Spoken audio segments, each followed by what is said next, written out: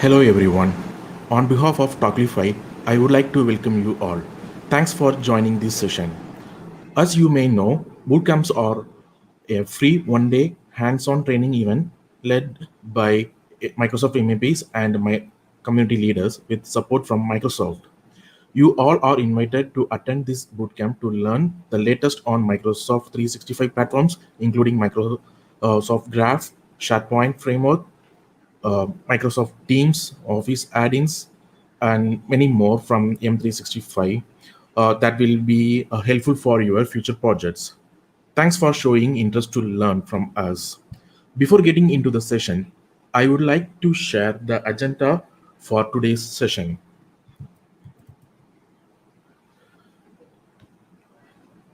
The first session is from Nanddeep.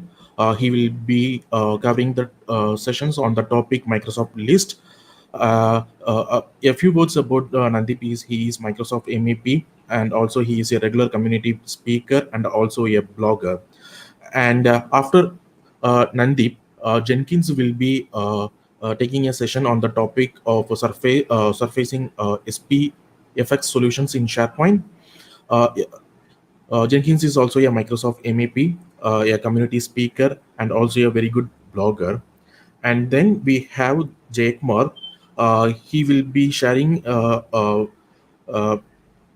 his thoughts on the Microsoft Teams, and uh, he is also a C Sharp Corner MEP, a very good blogger and a tech speaker. And last session is handled by Vijay. He will be taking a session on the title Customize Your Profile Card in Microsoft 365 using Microsoft Graph Explorer. Unfortunately, due to some medical emergencies, Vignesh is not able to join the session. Um so don't worry, we will have his session at some other day. And this event is organized by Toplify. We organize events mostly on every uh, second Saturday of every month. This is our website. You can see details about our upcoming events and also the past events. And if you have any queries, please comment in the comment section. We will pick it up at every session's end and we will answer your questions.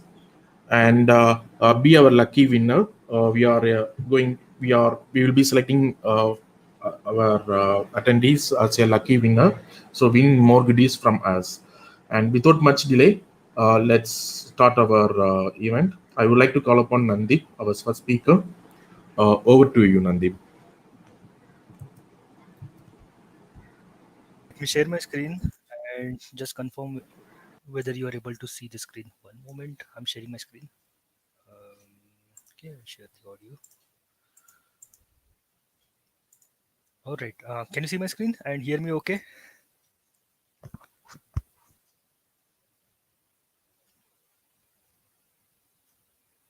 Yes, Nanddeep, all good. Yeah, you can share.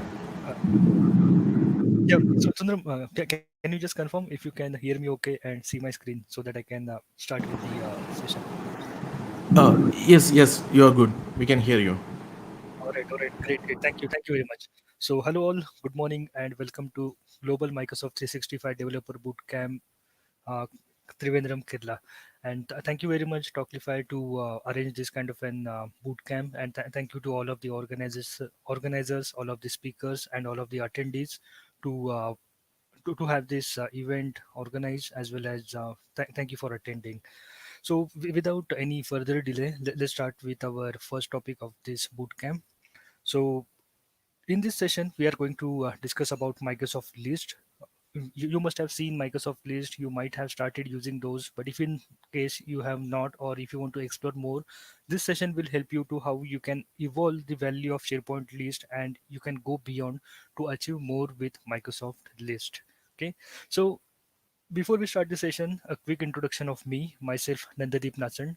I am Microsoft MVP for Office Apps and Services, author of couple of books, as well as Microsoft certified trainer. And on to the right hand side, here are few social handlers to get connected with me. So if you have any doubts regarding Microsoft List or anything else you want to discuss, we can get in touch with through these handlers. Okay, so the agenda for this hour will be We will touch base upon the SharePoint list. I know most of you have already used SharePoint list, but still we will go back into the history. We will even have one more relook at the SharePoint list, and then after we will gradually move towards Microsoft list. And once we get familiarized with Microsoft list, we will see how we can use Microsoft list along with Microsoft Teams, even how we can use the Power Automate with Microsoft list, how we can use the list formatting, and then lastly the developer experience for Microsoft list. Like we have Microsoft list, but as a developer, how we can extend that Microsoft list, and then how we can use it for our development kind of and purposes. So firstly, to start with, here is the periodic table of Office 365. So this periodic table has been built by Matt Wade and Niels Johansson. So even you can get to this periodic table by jumping onto this jump to office365.com link. So just a quick introduction of this Office 365 periodic table.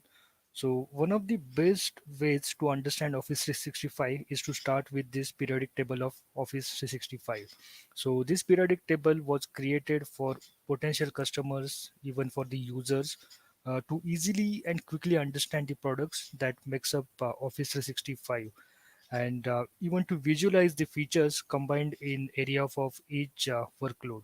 So Office 365 includes several workloads, and the periodic tables of Office 365 shows these being grouped in several areas.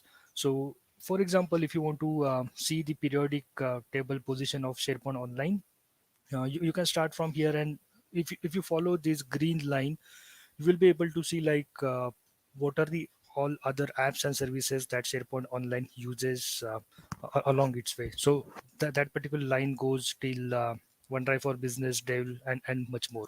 So one good thing that we have is now that Microsoft list makes it to the periodic table, and from here you can see that this particular list have interaction with SharePoint Online as well as OneDrive for Business.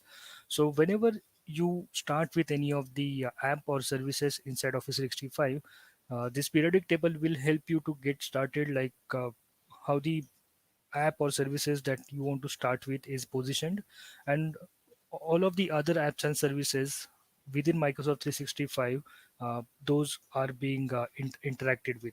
So since we are starting with Microsoft list, this is the position of Microsoft list, and it is obviously interacting with SharePoint Online, but again down the line it also interacts with OneDrive for Business.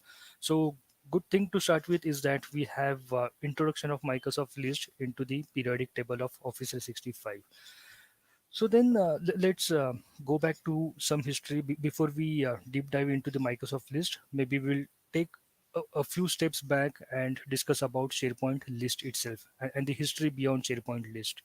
So when we talk about SharePoint, SharePoint is mostly being used as a content management platform, wherein we can store our content in the forms of SharePoint list or even SharePoint libraries. So if you have any of the content which maybe you want to represent in a structural format, in that case you will start by creating SharePoint list, and then you will create a schema for that particular list. So for example, uh, you want to store the information about your customers. In that case, you will create a list called as a customer. You will keep adding the data to your list. Obviously SharePoint list gives title as a default column, but then you keep on adding more data to it, like customer location, customer area, or even the expertise of that particular customer, the domain and other things. So you keep on adding those columns, and as you add those columns you can define what kind of an column or what kind of an information you want to be presented for that particular customer. So you can create single line of text, multiple line of text, drop down choices, even rich media kind of an content for that SharePoint list. So there we have some kind of an experience by which we'll be able to better represent our content, or hold our content in some kind of an representational data which we can use across our SharePoint applications.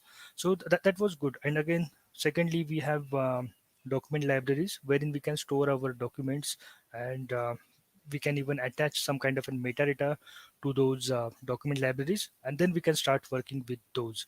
So that was some kind of a classic SharePoint experience. Like we go there, we create the site, we create the list in those sites, and then we start using those. But gradually Microsoft started moving to modern experience.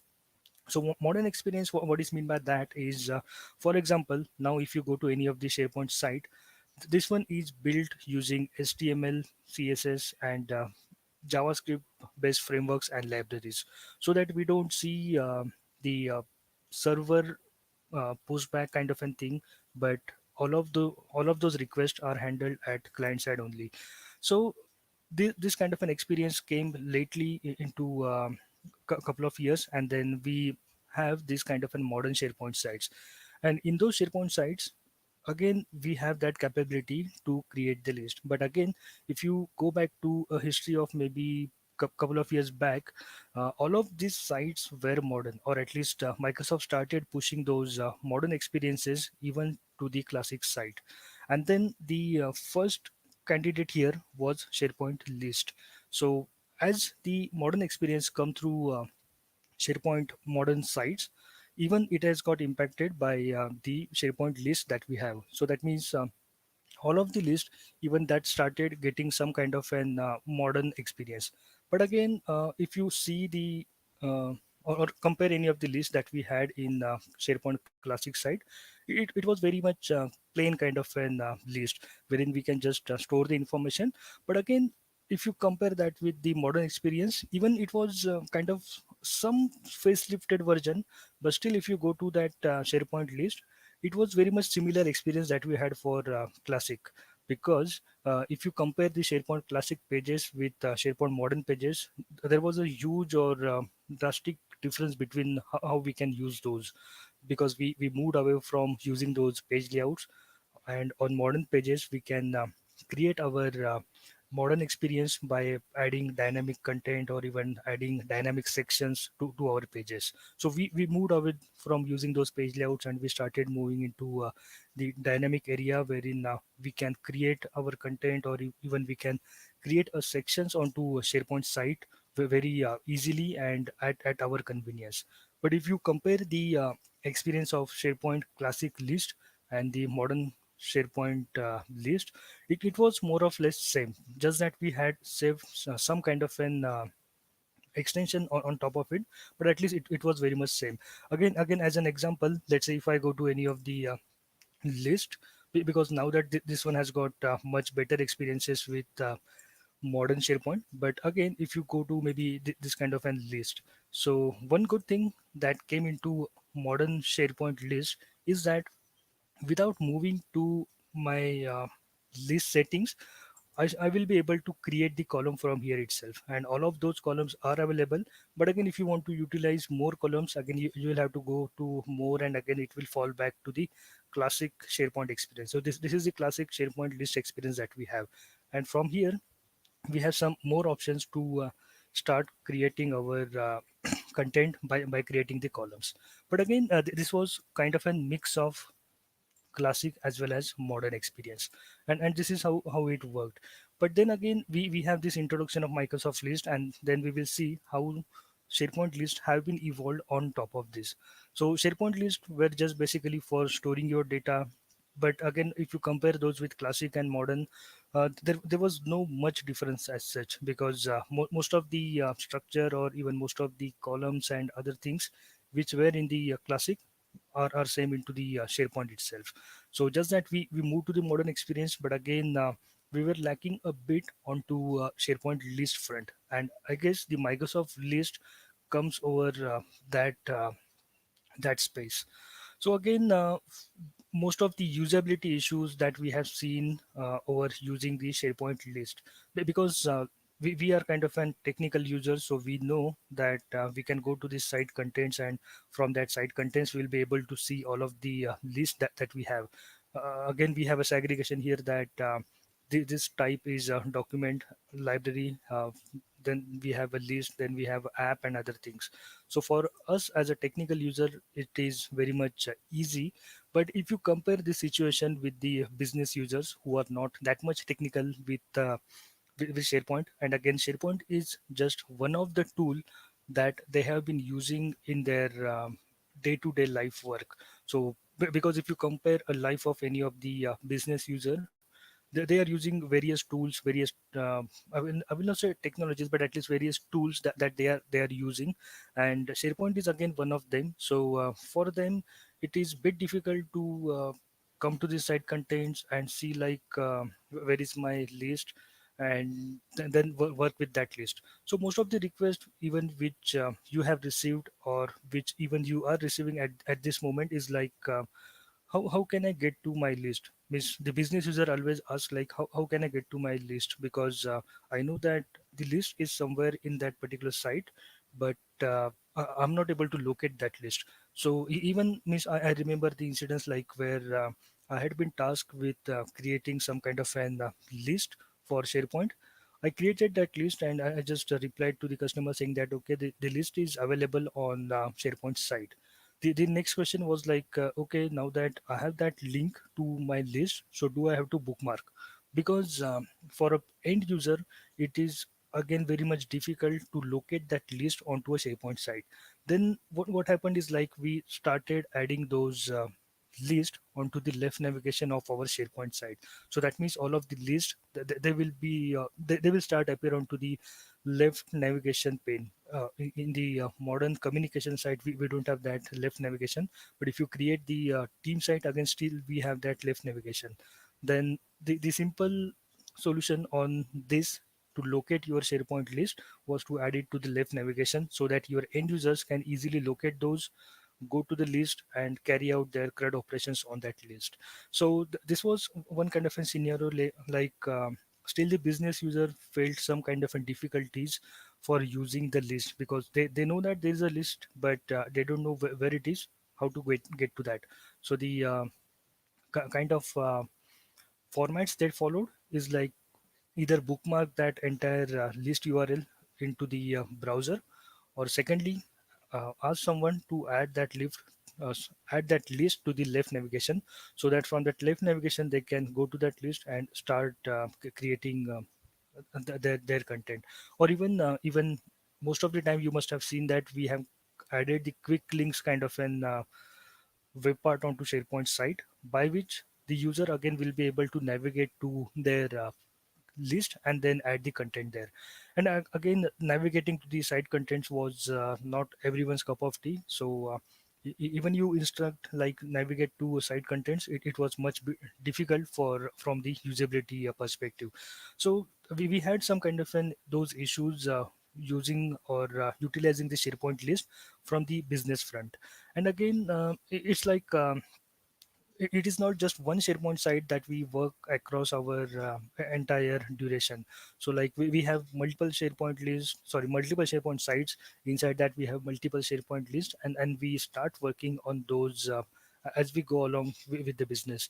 So after some time we have various sites to work with. Inside that we have various lists to work with, and then one point comes like okay, where is my list? I'm not able to see my list. Is there any central location by which I will be able to access my list? So even for us as a technical user, all those lists are in a separate SharePoint sites with their own significance.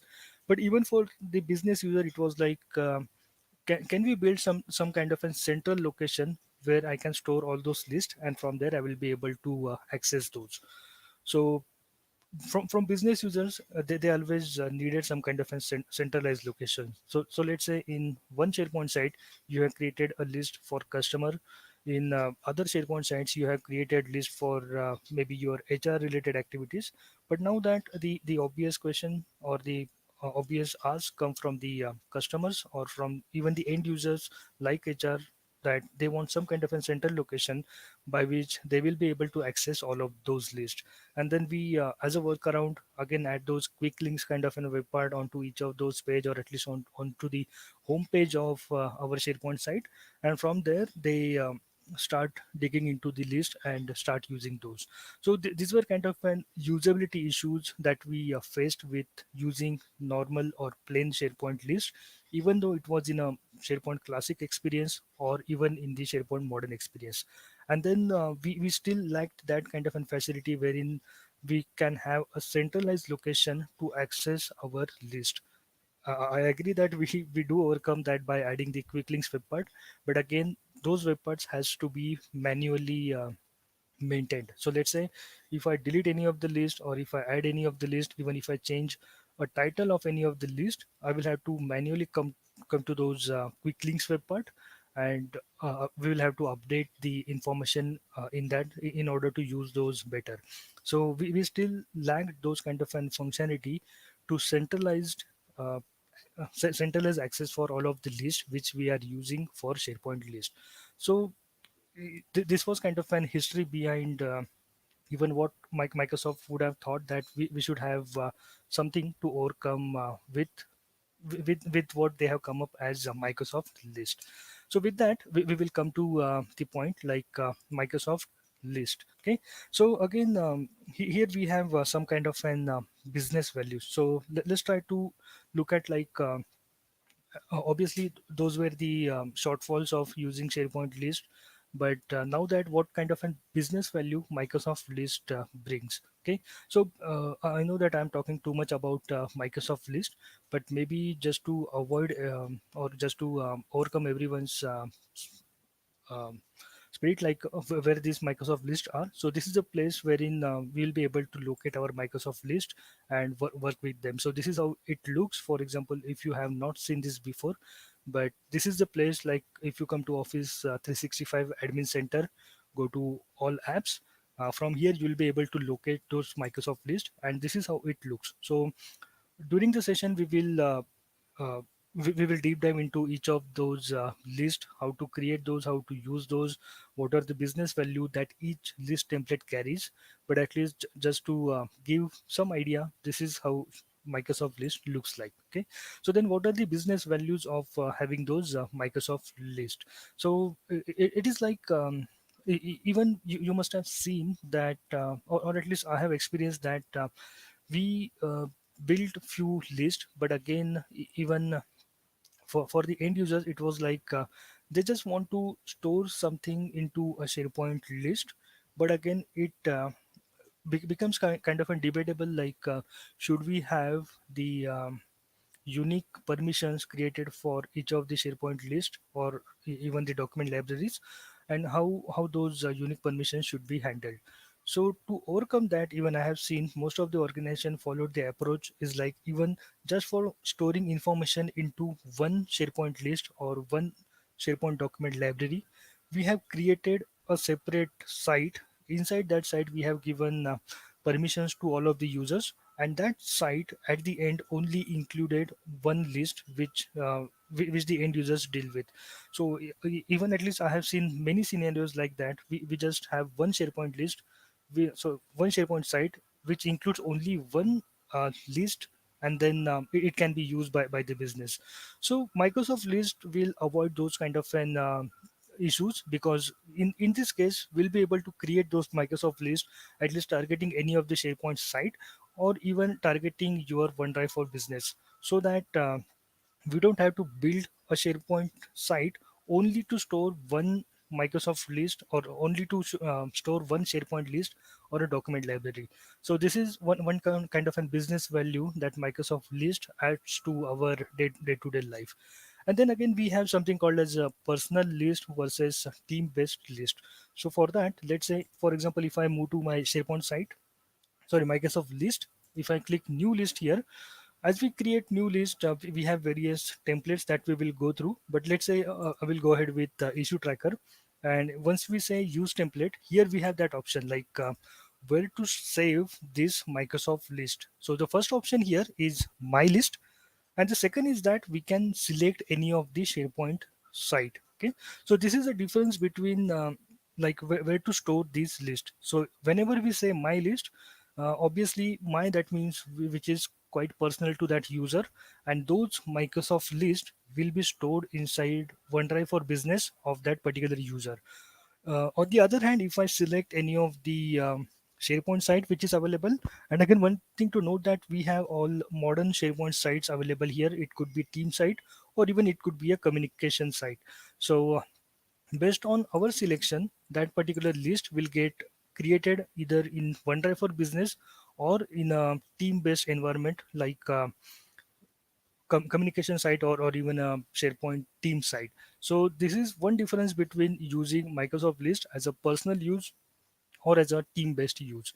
And then the obvious questions comes is like, then we have everything available with Microsoft List, then are we moving away from SharePoint list? So the answer is maybe no. We are not kind of at all moving away from SharePoint list.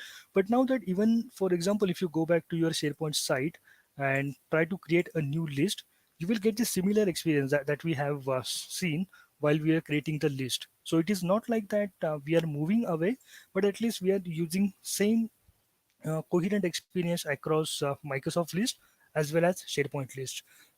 So even the same experience that we have while creating Microsoft list can be used while we are creating the SharePoint list. Okay, so it is not like that SharePoint list are going away, but even we can use the experience of having Microsoft list along with whenever we are creating the SharePoint list.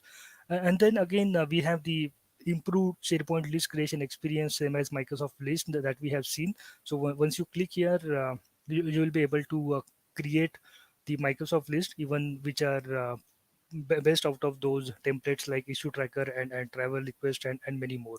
So we are not at all moving away from kind of having creating the SharePoint list, but at least we will have the coherent experience of SharePoint list and Microsoft list at both the places.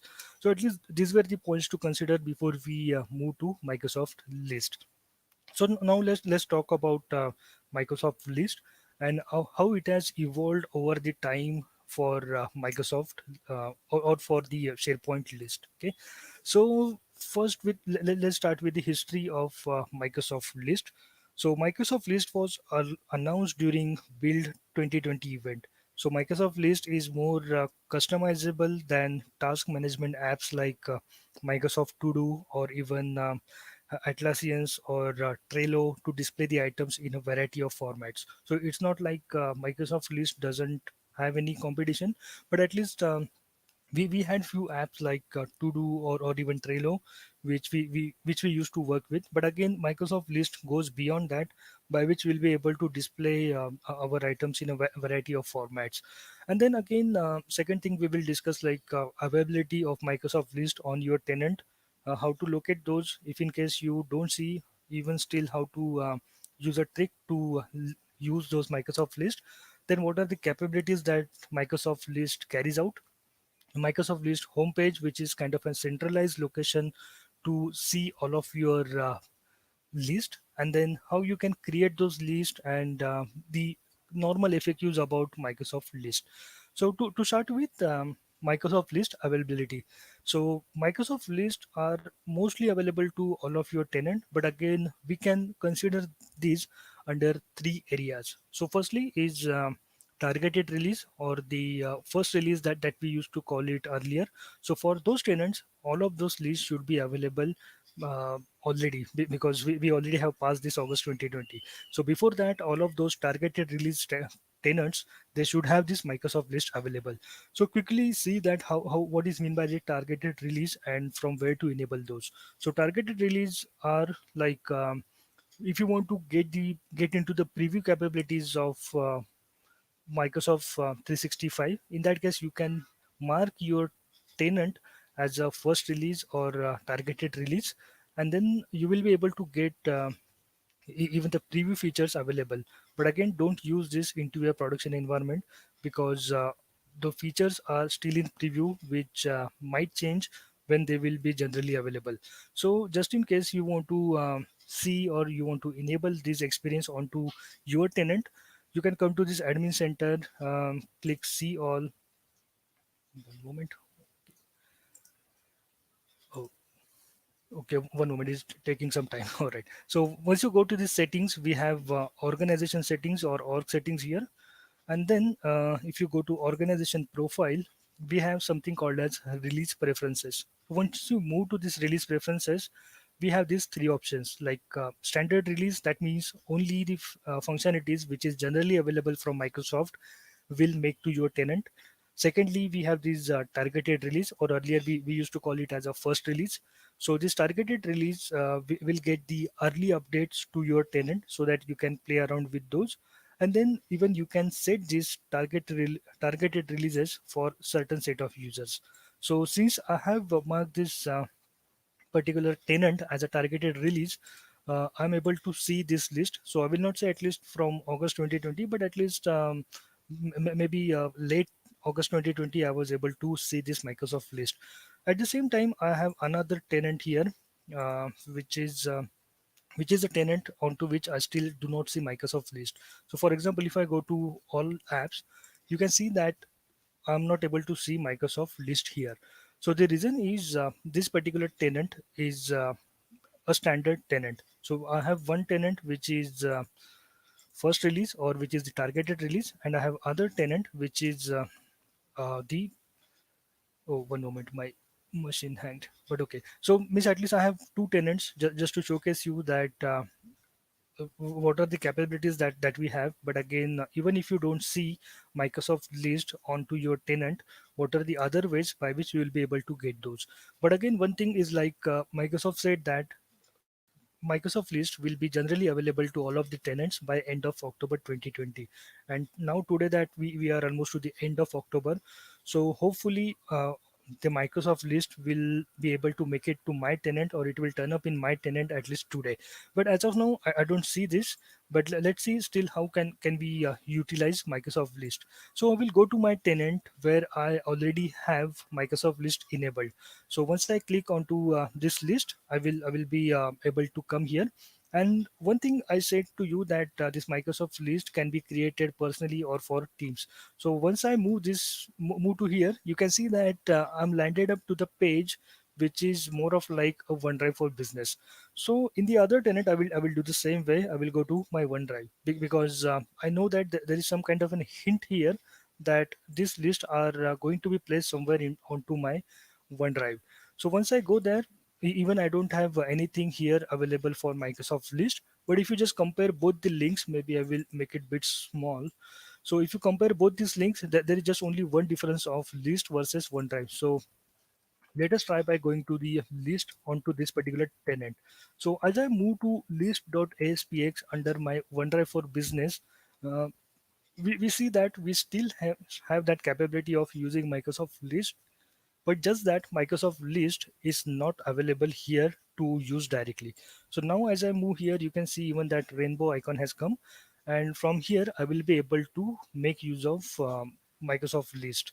So even in your tenant, for any reason, if you are not able to see Microsoft list, maybe just check out, for example, if you go to OneDrive and type list.aspx, you might be able to locate your list which you cannot see here. So it's not like if you don't see Microsoft list here, those are not turned up onto your tenant. But again, there might be few kind of an limitations using this approach, but at least you will be able to make out of those list from here. Okay. Then again, let's say like for example, then how can we use this along with SharePoint? So let's say again, I will go to the tenant where I don't have Microsoft list available, and onto here maybe I will move to any of my SharePoint site. So I will remove this and I will move to my SharePoint site. So my tenant.sharepoint.com is the place where I can look at my SharePoint site. So again, if I move to site contents here, and then if I try to create any of the list, okay, so I will click new list.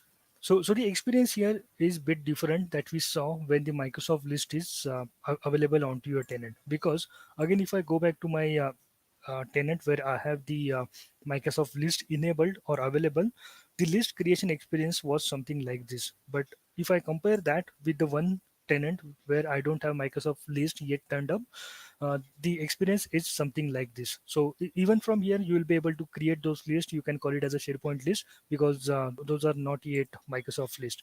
So let's say we have one list created here, which is maybe just demo list. So this is again same kind of an plain look of SharePoint classic or modern site. We don't have much excitement here. But if you want to have that Microsoft list excitement here, what you can do is let's say again I move to my timeline here. So here, if you see, maybe one moment, if I go to compact list or gallery, no. Okay, one moment. So there is one uh, parameter that you can use.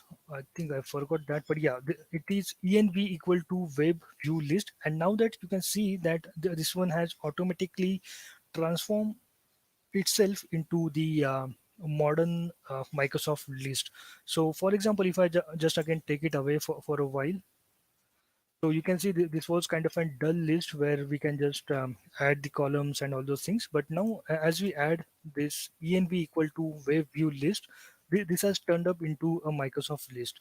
And obviously it will be uh, this look and feel when the Microsoft list will be enabled onto our tenant. But as of now, even if your tenant doesn't have that capability, you will be able to use these tips and tricks to use or have the feeling of Microsoft list. Okay. And then lastly, the GA for Microsoft Teams. So that means all of these Microsoft list capabilities are available generally onto Microsoft Teams. So for example, if I move to teams.microsoft.com, I will be able to add that Microsoft list directly inside Microsoft Team. But probably we will skip that for our next discussion. Then let's keep moving. So okay, so the first look is from here. Just in case if you are not able to see this Microsoft list being turned up into your tenant, what you can do is you can navigate to this URL. There we have some kind of an uh, demos available which you can use to play around with Microsoft Teams before they become available onto your tenant. So we have some cool demos available there. Let me open that up. So before the Microsoft list comes to your tenant, if you want to get your hands on onto this Microsoft list, you can use those demos, and from there you will be able to get some idea like how it will be once it will hit your tenant. So here we have Microsoft list click through demo. So once you click this will be just some kind of an HTML mockup which will help you to get started or have the similar experience of using Microsoft list. Okay, so let it load. But again, if you have the Microsoft list inside your tenant, you don't have to go here. But just in case you have the tenant like the one which I have here, where we don't have Microsoft list yet turned up, but I want to get some kind of an hands-on onto this, we can do that. So for that, we can just click begin demo, and this will just walk you through the click through experience of how to create that. So once you click that new list, you can be taken up to choosing any of the list templates and so on. So I will leave it up to you to explore this on your own. So then let's talk about Microsoft List. So Microsoft 365 List is just kind of an app that helps you track and visualize your information and organize your work in a simple, smart, and a flexible manner. So it is kind of an evolution on top of SharePoint lists, and it is stored in SharePoint site that can be created or accessed from new SharePoint list homepage that we just have seen. Even we can do it from SharePoint modern experience team site, even Microsoft Teams, or even we can use the mobile apps for iOS or Android to play around with this list. So Microsoft list offers various templates. So it includes the templates like event itinerary, issue tracker, employee onboarding, asset manager, even the recruitment tracker, travel request, work progress tracker, content scheduler, which probably we will try to beat later. And then some of the real world use cases for using Microsoft list includes tracking the company assets like laptops, desktops, even tracking the contacts and the inventory like office supplies, monitoring your daily routines, or even you can track your entire event like this one using Microsoft list. So you will be able to create that kind of an experience. So first of all, the main experience of the Microsoft list is a web app, and the app can be accessed from our Office 365 launcher, which we just have seen. So from here we'll be able to access that Microsoft list.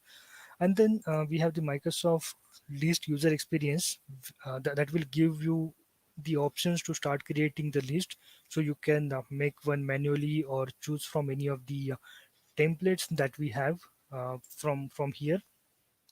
And then the list templates are again kind of a simple, smart, and flexible, so that you can stay on the top of what matters for most of you or even for your team, so that you can track issues, assets, contacts, inventory on and many more things using those customizable tools and smarter views. um, okay, so let me go back to list here. So then we have some Microsoft list capabilities. So this list can be created from a blank list, from an Excel, or even from an existing SharePoint list or Microsoft list. And then we have those ready-made templates which we just have seen. Okay. Then we have customizable views by which we'll be able to customize the views. So let's say we will probably go ahead and try to create one list. So as we click new list here, we have these many templates, so we can select any of the template. This is the preview that we will get, like how it will look like. And then we can just click use template to start using this template. And then again we can just simply give the list name, and then where we want to store this list. So if we say my list, in that case this is going to be placed inside my OneDrive for business, or we can choose any of the SharePoint site wherein we can store this information. And then one thing is that we can choose the color, even the icon, to represent this particular list. And once you click create, that list will be ready. So let me just show you the list which I already have created for you. So we have maybe one moment, let me close everything onto the right.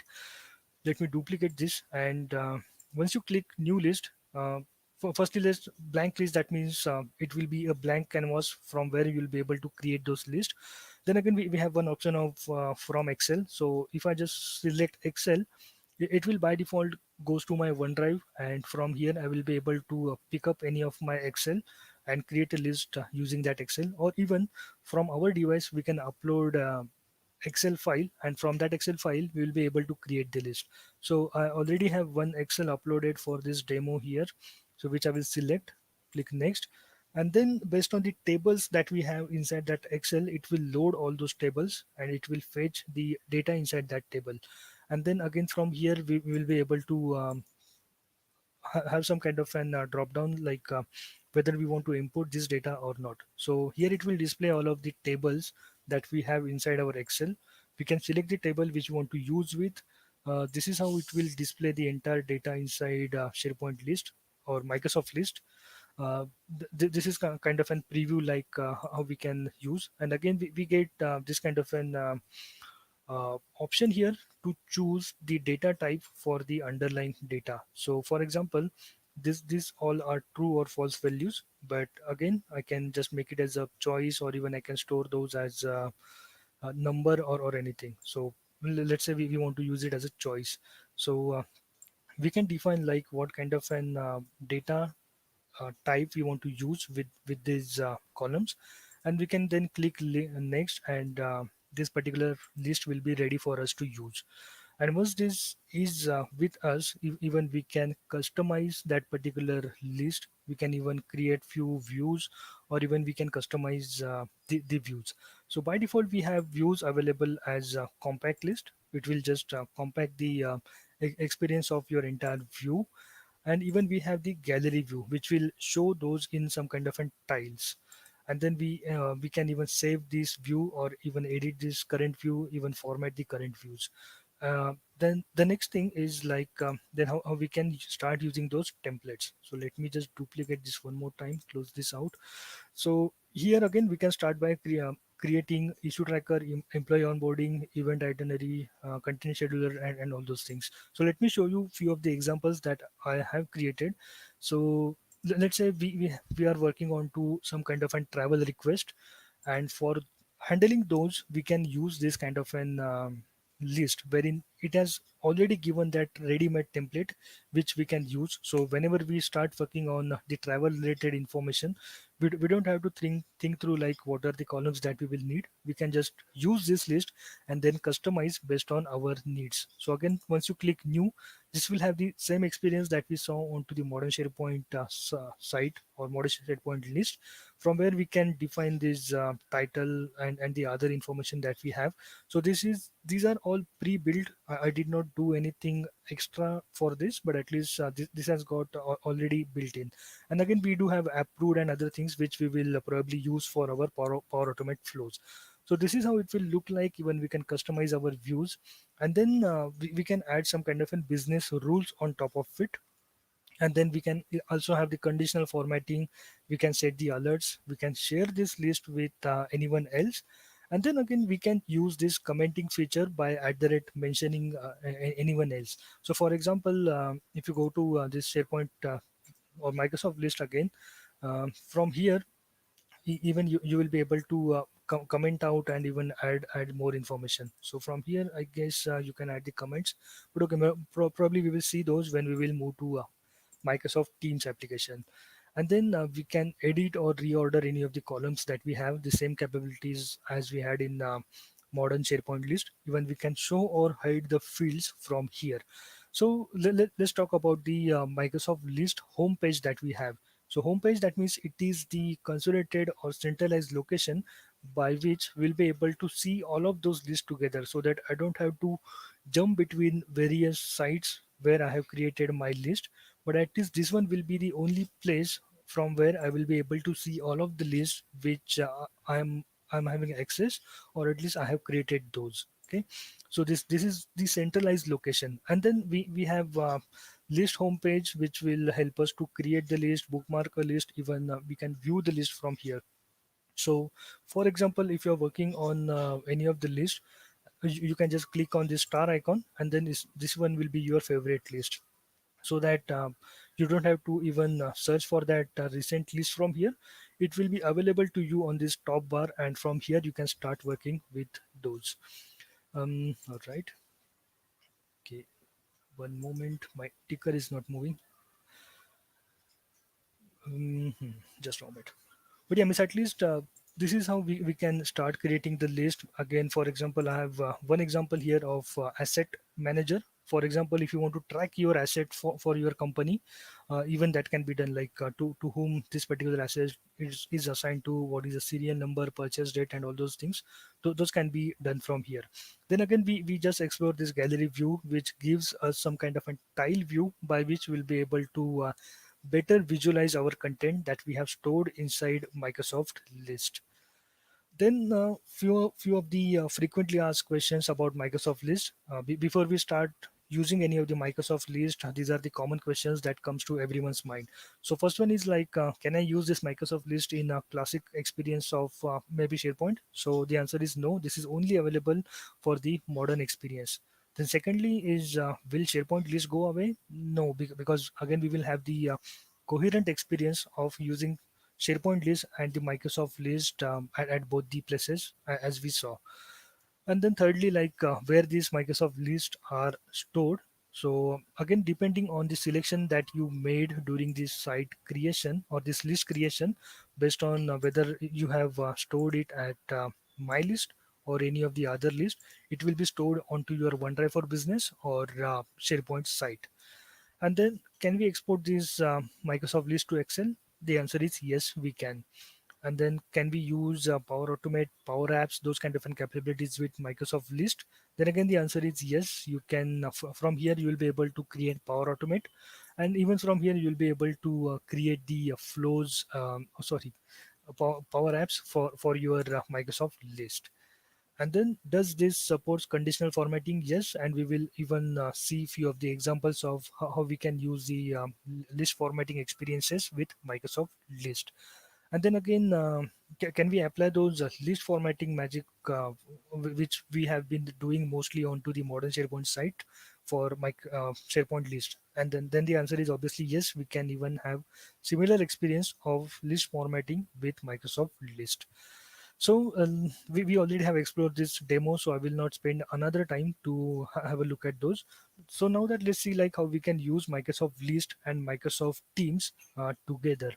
So for that, I will move to, maybe I will close down the other things which we don't want, and I will just go to teams.microsoft.com so that we can access our Microsoft team. So okay, all right. So inside this Microsoft Teams, Microsoft List is just an application, and then Teams application are something that we can control through our application policies.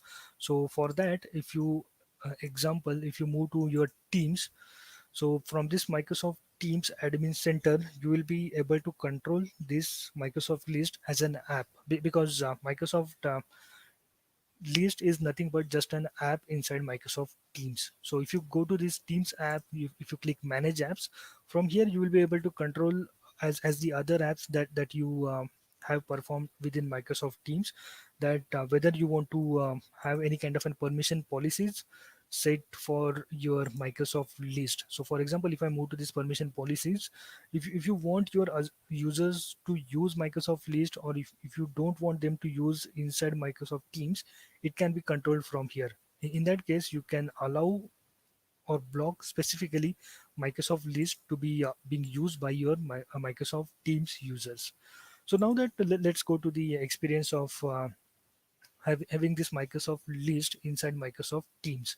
So obviously, Microsoft Teams is Microsoft list is kind of a static tab experience. So there is no point of adding that in our personal app, but we will go ahead and click add tab, and here we will just search for Microsoft list. So since I already tried that, this is the one first available to me. I will click Microsoft list. So once we click Microsoft list here, we will be able to create our Microsoft list right within Microsoft Teams. So it is not like I will have to go back to the window of or this experience of Microsoft list, create a list there, and from there I should export it here. So this Microsoft Teams will allow you that flexible experience by which you can create or add existing list right within Microsoft Teams application. So let's say here we will create one list quickly, and probably we will click loans here. Sorry, not patients, loans, and I will click use template. So now that we have the name here called loans, and we can have the description. Even we can choose the color and the icon, but there is no significance of using this inside Microsoft Teams because we are not able to see it. This experience will be available only whenever you are doing that, and we will be able to see that icon and that color as like this one. But at least in Microsoft Teams, we will not be able to see this anywhere. But still, as an option, we can select that. We can click create, and we will have that experience of creating that list right within Microsoft Teams. And again, I can probably expand, and from here you'll be able to add new items and carry out all of the normal things that we can do inside our Microsoft list application. So it's like right within Microsoft Teams, we will be able to create our Microsoft list. So we don't have to leave Microsoft Teams, go to the Microsoft list application, create the list there, and come back here. We don't need to do those steps. We will be able to create right within our Microsoft Teams. And again, we do have this compact list, gallery, and all those views available, by which we will be able to present that information inside Microsoft Teams. So Microsoft Teams has got quite good capabilities, or quite good availability with Microsoft list. So we don't have to leave that Microsoft Teams experience and create the teams separately, and then again use those inside Microsoft Team. But right within Microsoft Teams, we'll be able to create Microsoft list. Next thing that we want to quickly touch upon is can we use Power Automate inside Microsoft list? So the obvious answer is yes, and for that we can just go back to one demo. So here, let's say we have okay, we have one list called as issue tracker. So let me go back to this list issue tracker, and now that we want to create some kind of an flow on top of this issue tracker. Even let me have teams.microsoft.com open. No harm in that. Okay, so now that we want to create one uh, Power Automate flow on this. So obviously that we can click this Power Automate, and then create a flow, and from here we will choose any of the templates that we want to use with our template. Then probably we can go to see more, and even see more templates, so that we will start from the plain canvas. So this issue tracker is again some kind of an out of the box template available from Microsoft list, wherein we can add our issues, and then we have various metadata for that issues, like the priority, Then we have maybe status for that, and even I guess we have status. Yeah, we have status for that, and again we can assign it. We can take the action on that. So we have all those capabilities. And now that let's say instead of just using this plain issue tracker, we want to extend that so that we can even use this Power Automate flow along with our Microsoft list. So for that, we will go to this Power Automate, and then probably we will start using any of the themes related thing which may kind of give you some more option. Okay, probably, or maybe I will start creating this from a blank template, and we'll select this as a automated flow. So again, since this Microsoft list is created on the same infrastructure of SharePoint list, we can issue this trigger like when an item is created or modified right within our Power Automate. So I will just say issue tracker flow, and we are selecting the trigger as when an item is created or modified, and this one is for SharePoint, but since Microsoft list is on the same infrastructure, we can go ahead with that. And then now that we have this item created here, I can go back to this OneDrive. This is my OneDrive link. I will okay, one moment. We remove from here, and I will click enter custom value. We can paste the URL to my OneDrive, and then from here we can select the list. So we have this issue tracker as a list which is available, and then in the new the next step we want to have some kind of an condition like whenever any bug is raised with priority of critical and status as blocked, we want to notify onto our Microsoft Teams or Teams channel so that one can go there and look into it, because this one is critical bug and it is blocked. So for that we will create a simple flow here. So for that we have this priority which is critical. So I will select this priority value, and we will type the here as critical, and then again we can add one more row here for our status which is blocked. So I will select the status value and mark it as blocked.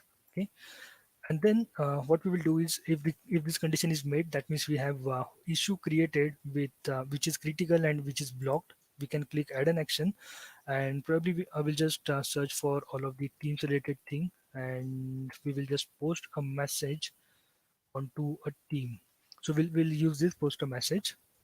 So we want to get notified onto our teams whenever there is any of the critical issue being reported. So I will just use my any of the team, and let's say I will use the channel, maybe this Planet Explorer, and then I will just type here critical issue reported, and even we can use the metadata of that particular issue that has been reported.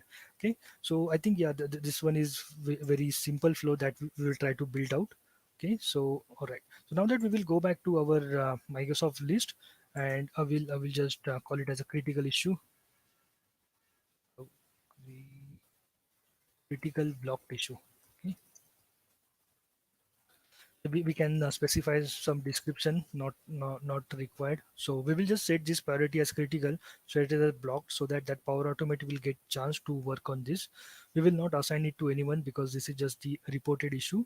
And then down here I will just click save. Okay, so that this particular item will get created, and now that we are here we will see that we have this critically blocked issue created.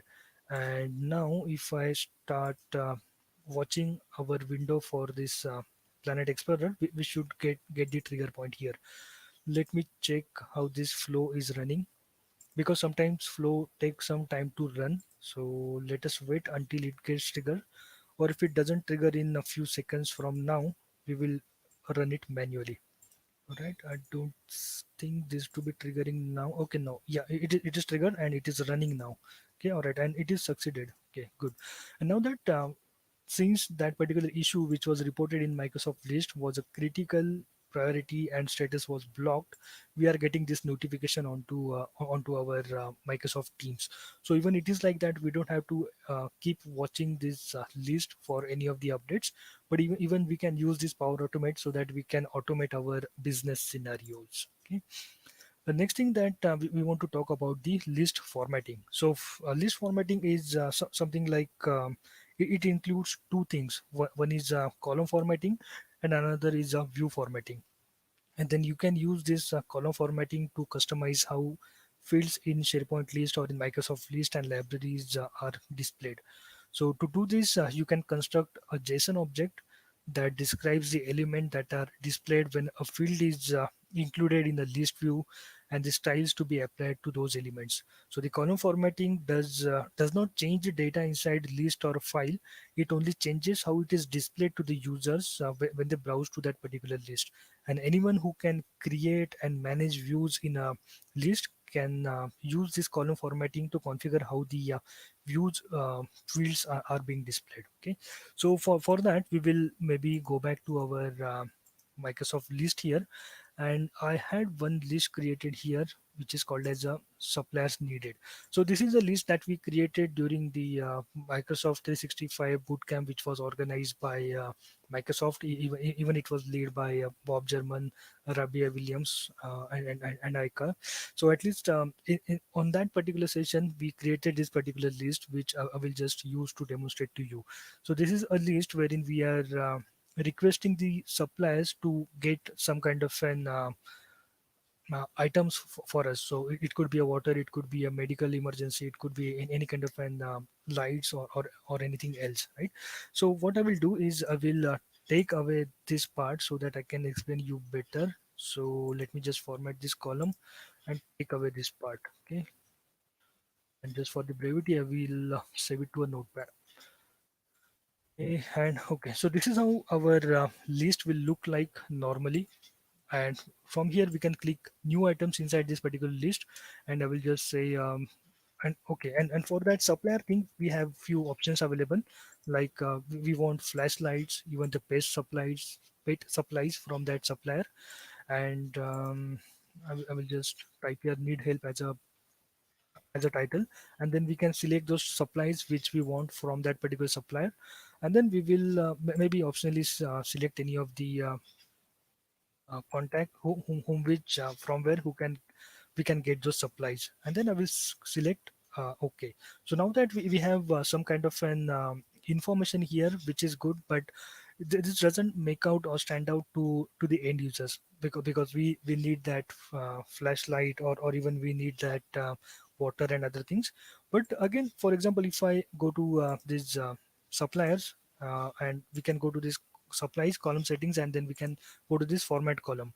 Again, from here we have an option that we can click edit styles, and from this edit styles we'll be able to signify this particular requirement with some kind of an background color. Even we can have some kind of an if I can go to move more styles, even I can specify some kind of an icon. So okay, we don't have any food here, but for example we have a water here. So if I click this icon here, click more styles, from here we'll be able to have some more values defined. So now that we don't have anything which better represent icon for a water, we have very few icons to work with here. But at least we can add that icon here, and you can see that that particular icon has been appearing right next to our water. And again, we can set the alignment for that particular icon, maybe onto the left or maybe onto the right hand side. And then even we can specify the borders for this particular supply, so that from here and even if you want to change the fill color, you can do that. Since water is blue, probably we can make it as a blue. So this is how we will be able to make use of out of the box styles that we have. But again, if you have a look at this particular list, we won't be able to make it out as a water or medicine or anything as such. So for that purpose, what we will do is we will switch to this advanced view. And this is the this is the advanced view that we have built by choosing that color and adding the icons and all these things. But we will still customize that, and we will add our own JSON. So what this JSON will do is, based on the value that we have in that particular current field, we will be able to format this. So once we click preview here, it will read that particular JSON in column format, and this it will apply this JSON on top of it. And then where we have the supplies requested for pets and flashlights, only those icons will be highlighted, others will be kind of grayed out.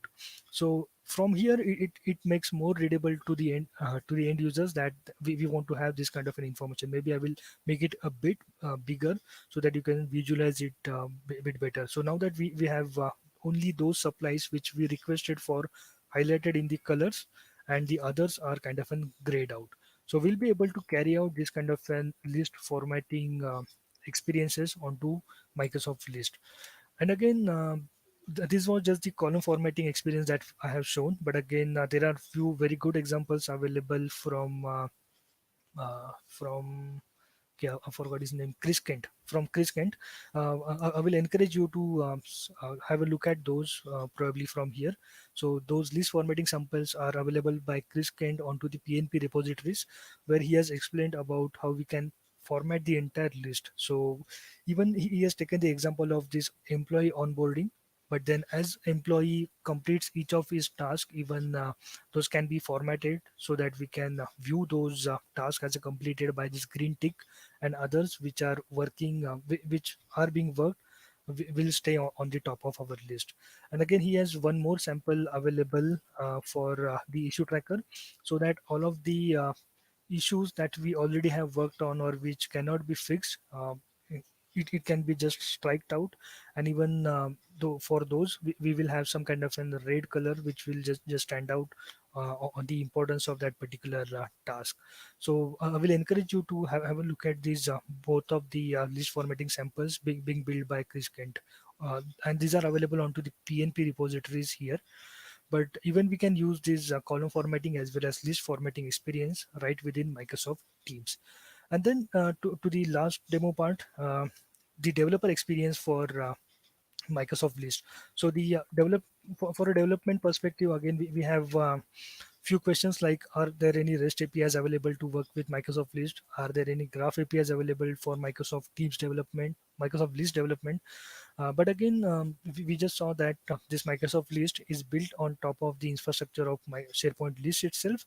So in that case, we can make use of SharePoint Online, PowerShell, or even we can make use of PNP for this purpose. And then again, there is a good video on how the PNP supports Microsoft List by Paolo Pierluisi. So even you can have a look at that. But at least just for our demo, we will see how we can use the developer experience of SharePoint Online Management Shell with Microsoft List. So for that, maybe I will open up this SharePoint Online Management Shell, and then we will connect to that issue tracker list which we have. So I will just copy paste the code that I have. So now that we have mentioned the site URL and the issue tracker list, so let me open up that real quick. So we have this issue tracker list which we are going to work with, right? And then what we will do is we will get the credentials in order to connect to this list. So it will just pop up. Let me pass on the credentials.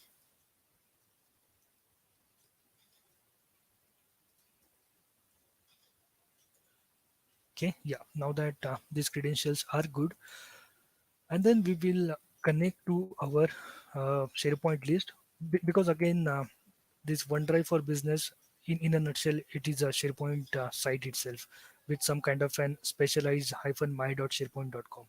So using this CSOM, we are able to connect to our SharePoint site, or rather OneDrive for Business site, which is built on top of SharePoint. And now that we will get that list, which is our issue tracker list. So we are just simply calling it as web.list.get by title. And now that we have got to that particular list, and then what we will do is we will simply create one item inside this particular list. So maybe I will keep it like this way so that even we'll be able to see it as we run this command.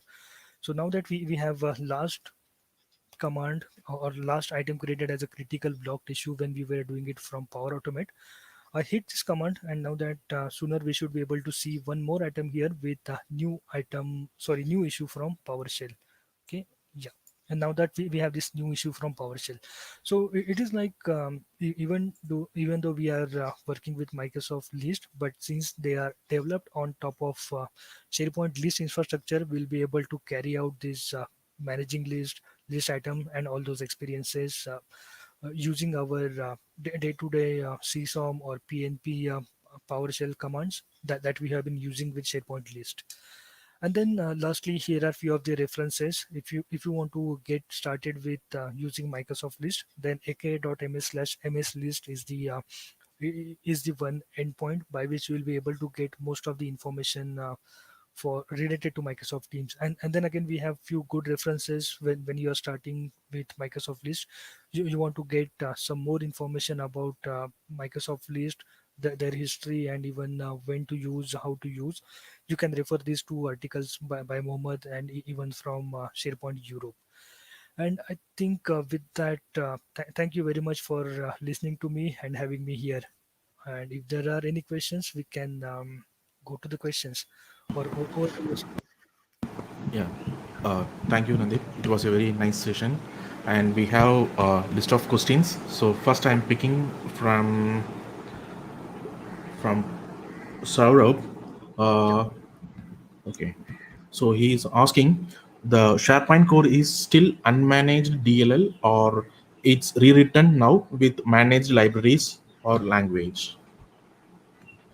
Yeah, miss. Right now it is rewritten. Even you can use um, even now nowadays you can use the .NET Core to use or have the operations run against SharePoint Online. But I'm just specifically talking about SharePoint Online. Okay, so even you can use these .NET Core libraries or .NET Core APIs. So it is managed now. Yeah. Okay, thank you. Next question is from Mega. She is asking an opinion like column formatting or view formatting, which is the best option. No, means there is no best option as such. Column formatting is used like whenever you want to just format this particular column. Let's say I want to format only priority. In that case, I have this format this column or column formatting, which will be applicable only for this particular column. And the view formatting will be applicable for entire view. So now that I have this format current view, so that I will be able to have it applicable for entire view. So there's a difference between column formatting and view formatting. Column formatting only applies to one column, whereas view formatting will be applicable to your entire view, including entire this canvas.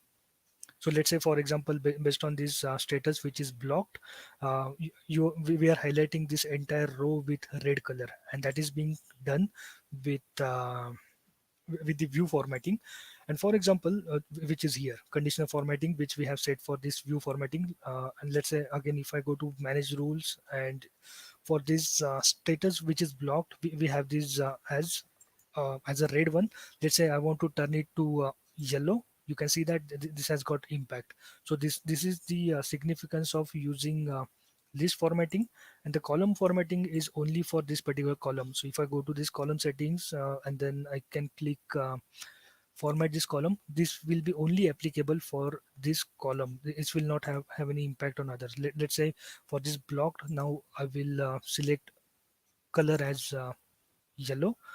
Now you can see that only this particular column has changed, not the entire row. So there is a difference between column formatting versus view formatting. Column formatting is only for a particular column. View formatting is for your entire view. I hope that answers the question. Thank you. And the next question is from Adarsh. He has asked about the list permissions. Yeah, miss, again for the list permission, it is same thing. Like even if you are in Microsoft List, in that case you can go to list settings, and from here you will be able to control the permissions. So we have these permissions for this list, so it will be the same experience that we had with SharePoint list. So from here you can either delete this unique permissions or even grant more permissions on top of list. And since this particular list is right now inside my OneDrive for business, you can see that I just have only one permission which is set to me, because OneDrive is quite personal to the user and only that user has that permission. And again, one more thing is that from here you will be able to share this list with anyone else. And again, if you have enabled the external sharing, even you will be able to add that email address and you can specify that permissions, like whenever you are sharing that list with anyone else, what kind of a permission that user should have. Should it be full control, edit, or just a view? So it can be controlled from here. Okay. Yeah, I think Okay. Yeah. Okay. So another question from Saurabh. He is asking about max elements in a list and how to scale it up beyond that limit with good performance. Yeah, so again, it's like we have thresholding things. The threshold will come into the picture whenever you will go beyond 5,000 items. But again, to overcome those, there are various things. Firstly, like probably you can create multiple views which will return you the data which is less than 5,000. And again, for example, if you are using those thresholded yeah, second thing is first thing is view. Second thing is even you can index the columns which are being mostly used inside your views, so that you will avoid those thresholding things. And thirdly is, for example, if you are using it from your programmability thing, in that case you can use the paging, so that in that case you can send the batch request to your list, get that information, and once you get that you will move to the next batch. So these are at least three ways by which you will be able to avoid this thresholding part. Okay. And another question from Mega. Uh, she's asking about who can create MS list. What are the options to create MS list? Or everyone will not have access at tenant level. No, it's like we have licenses which we are being assigned for SharePoint. So once we have license for your SharePoint, let's say for example, if I go to users, and from these active users I can keep assigning the licenses. Even yeah, we can have the RBAC by which we can assign those licenses. So let's say I move to this user, and then we see these product licenses which are assigned to this particular user. So here under licenses and app, even if you have a license which is ready for your SharePoint, let me just search for that quickly. So let's say if you just have it for SharePoint, even in that case, you will be able to get to this list. And in that case, you will be able to see this list available as a list from here. Because only thing what SharePoint list or this Microsoft list needs is a permission on OneDrive for Business and permission on SharePoint site. Because whenever we create any of the list, we have only those two places where we can store that particular list. So either it could be a OneDrive or either it could be a SharePoint site. So if you have that license assigned to you, you should be able to create Microsoft list. Thank you.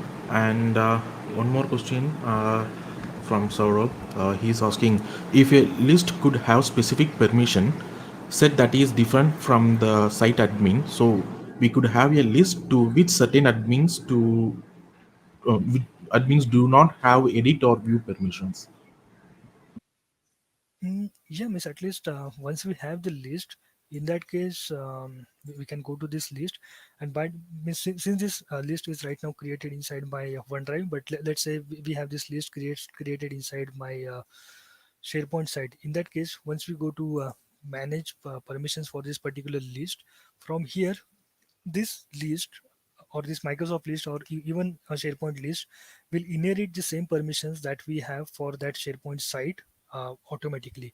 And then, for example, if you don't want this list to inherit those permissions from SharePoint site, in that case, you can grant more permissions, or even you can kind of delete these unique permissions and start creating your own. So let's say, for example, let me go to any of the list that I have created inside SharePoint site. So this is a list that I have created inside SharePoint site. Let me just open it up one moment. Oh, just a moment. Oof. Yeah. So this list is inside my SharePoint site. So now if I go to list settings from here and go to the permissions for this particular list, in that case, at least now that this is inheriting the permissions from my SharePoint site, which is this one. But if I don't want to do that, in that case, I will stop inheriting this permission and I will create my own permission model here. Okay. Uh, yeah, yeah, thanks. Okay. And another question from Mega. Is audience targeting present at view level? uh, even let me check that. I did not try that. One moment. Audience targeting, I guess it wasn't available at view level, but at least for item level, we can do that. Let me check at view level. No, means at least at view level, we don't have audience targeting enabled as of now. We just did have at item level or yeah, individual item level, but not for view level as of now. Okay, thank you. And another question is there any roadmap for audience targeting in SharePoint list? Yeah, means at least for any of those roadmap related things, if you go to admin center, there we have a message center. Let me check where is my message center. Yeah, we have this message center, and this is the place from where we will get all of those roadmaps. So once you are to this message center, these are all of the things that will roll out soon, and from here we'll be able to track that. So if you are specifically searching for audience targeting, maybe just start for audience. But okay, as of now I don't see anything here which is uh, specifically targeting for audiences. This one is for iOS Teams app, so I don't see anything here. But again, in any point, for example, if you have any doubt, message center is the best place to check out that information, because these are all of the messages being sent by Microsoft onto the next release or next updates. So this is the best place to check those out. Okay, thank you. And another question from Mayur Deshpande. In long run, what do you suggest to choose? SP list or Microsoft list? Are there any plans from MS to retire SP list? Yeah, Miss, even I covered this as part of my presentation, that there is no as such plans to retire Microsoft list. So will Microsoft list go away? No, but again we will have that coherent experience whenever we will deal with SharePoint list or a Microsoft list. So for example, again, if I move to my list, one moment, let me just close this down, the things which I don't want. Okay. All right. So let me again come back to this list. So even the experience of creating a list from here is something like this.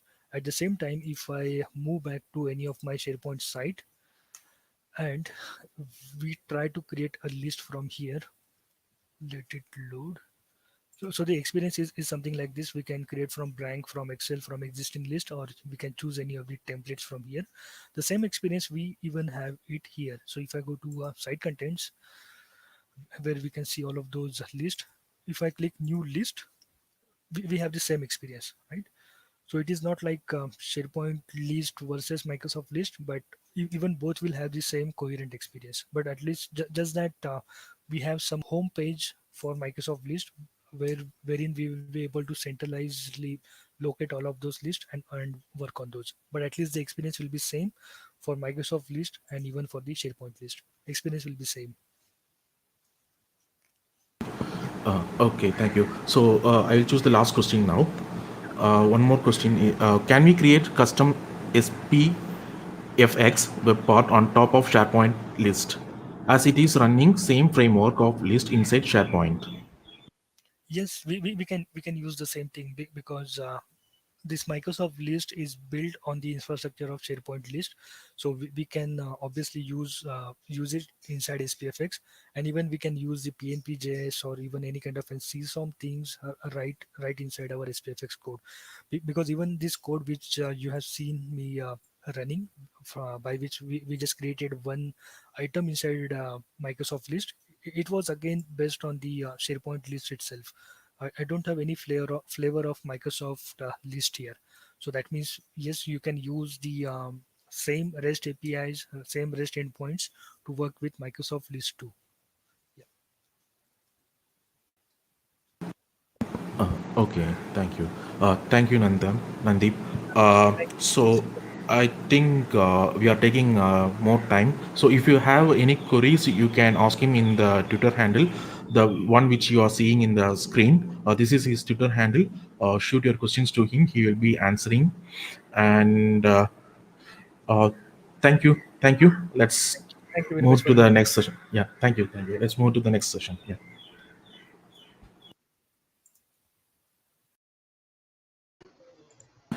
So next session is from Jenkins. Welcome, Jenkins. Over to you. Hi, Sundar. Uh, nice session by Nanddeep. Great. Hello, everyone. Just share my screen.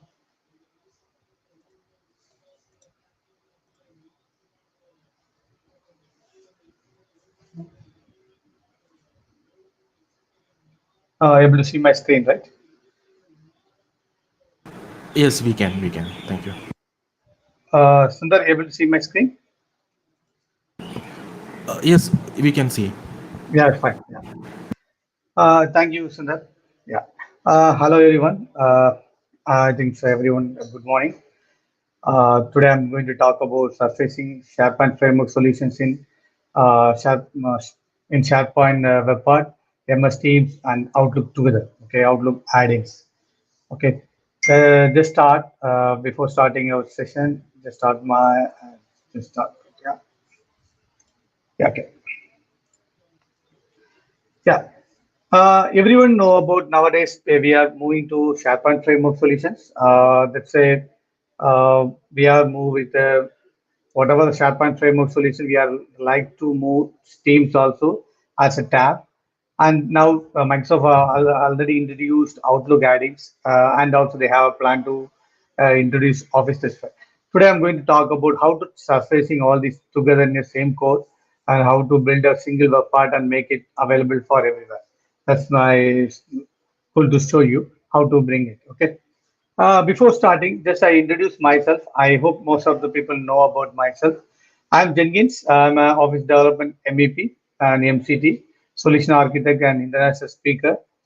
I have 16 plus years of experience in SharePoint and various things. I'll start my career in 2003 SharePoint. Then I'm specialist in Microsoft Teams, Power Platform, and SharePoint Framework. I'm an international speaker, blogger, author, and trainer. I'm an organizer of SPS Bangalore. We have another event coming in December, 12th December. Uh, Go and register yourself. And I'm a ambassador of AOS in London. Okay. Sorry, I think.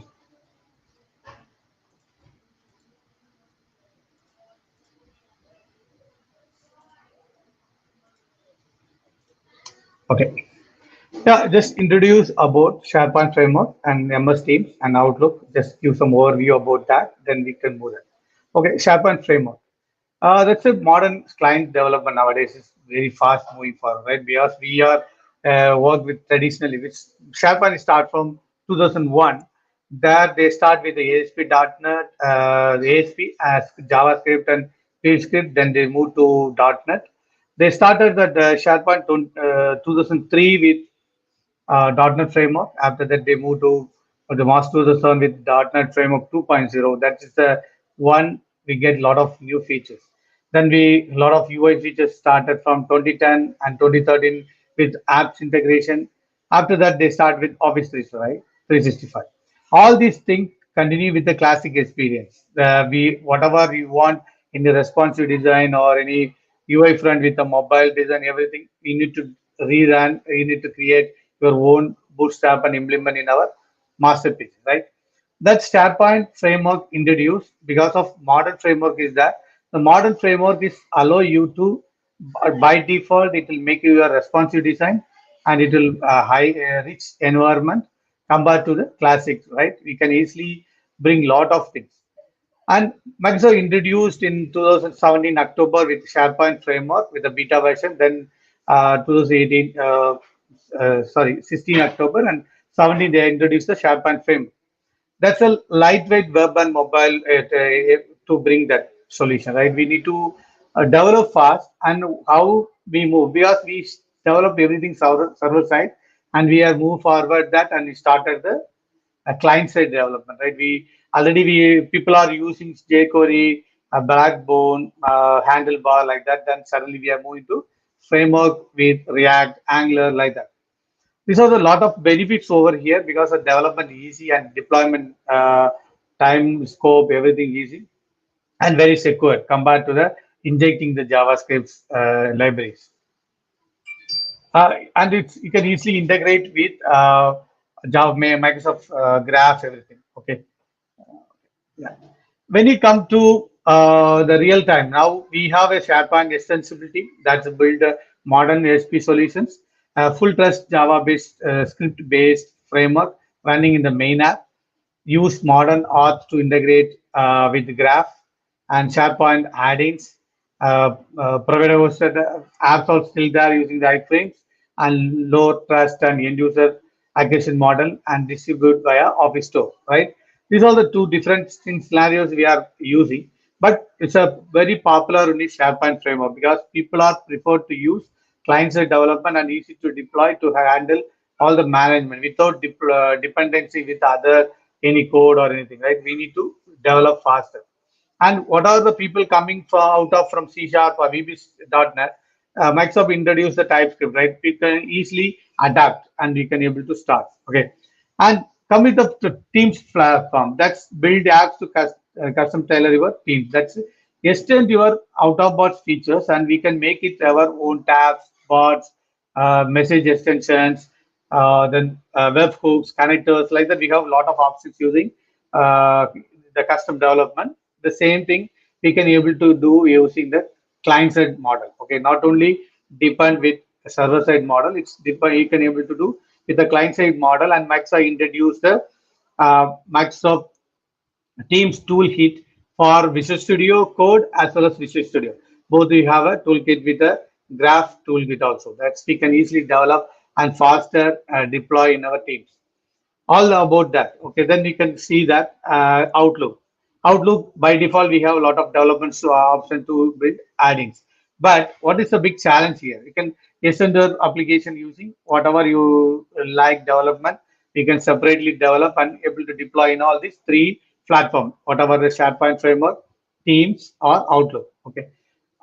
Now Microsoft planning to bring not only Outlook, we can planning moving to all Office applications. Okay, here, the expectation is end user point of view, information the team cares about should be available everywhere the same thing, no dependency or no misleading or anything. Make it possible to bridge team collaboration and external communication. And what of the IT team, IT admin team? Okay, they are preferred to use reduced number of places to deploy as well as manage the code. The same functionality, right? If the same functionality we are developing for three applications, or three or four, whatever the office applications, that scenario, if you are deploying in a single place and accessing multiple area, then that's a easy one as well as easy to manage and maintain your code. That's the main preferred in the IT admin part. Okay, the developer point reach the multiple workloads. I don't want to develop multiple things for the same code. Okay, that's the purpose we previously .NET we have a DLLs we can able to use the GAG, right, global the DLLs, okay, libraries. Same thing. Now we need to bring in the same place we to develop. Don't need to develop multiple sources. And also we have already a very good hosting environment in SharePoint.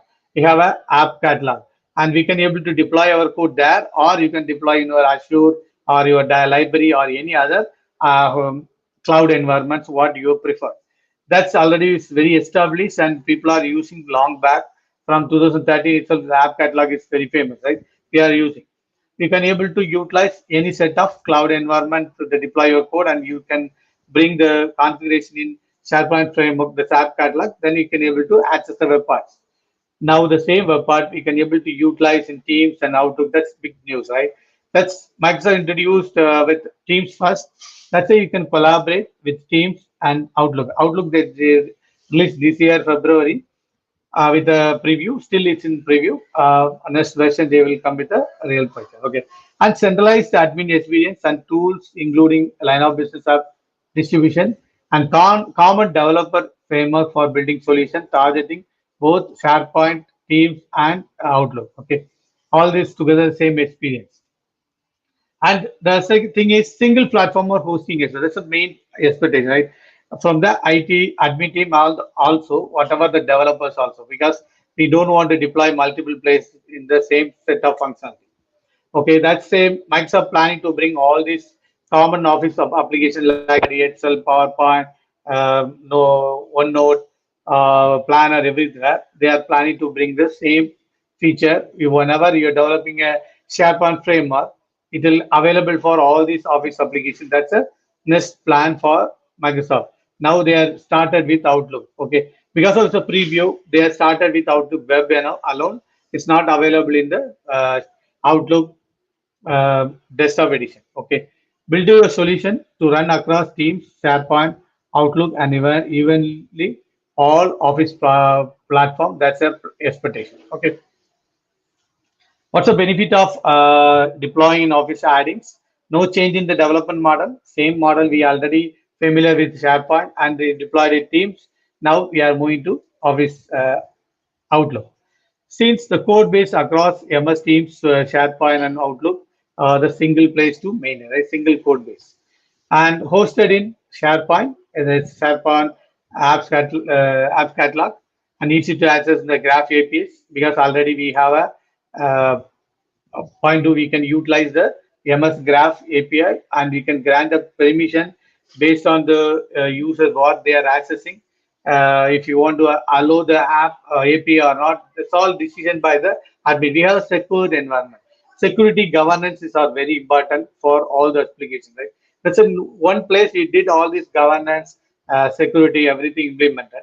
Then you can easily and we have more confidence and we can move deploy and everywhere, right? That's a main expectation from this integration. That's a surfacing with all other applications in the single place and single code base across Teams, SharePoint, and Outlook.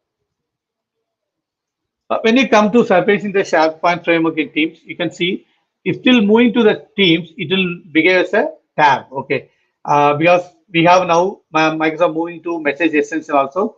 One by one, they are moving, utilizing the same code, how to bring in the Teams with the tab as well as the message extension. If you are seeing Outlook, there it's a adding, right? The same output you can make it as a adding.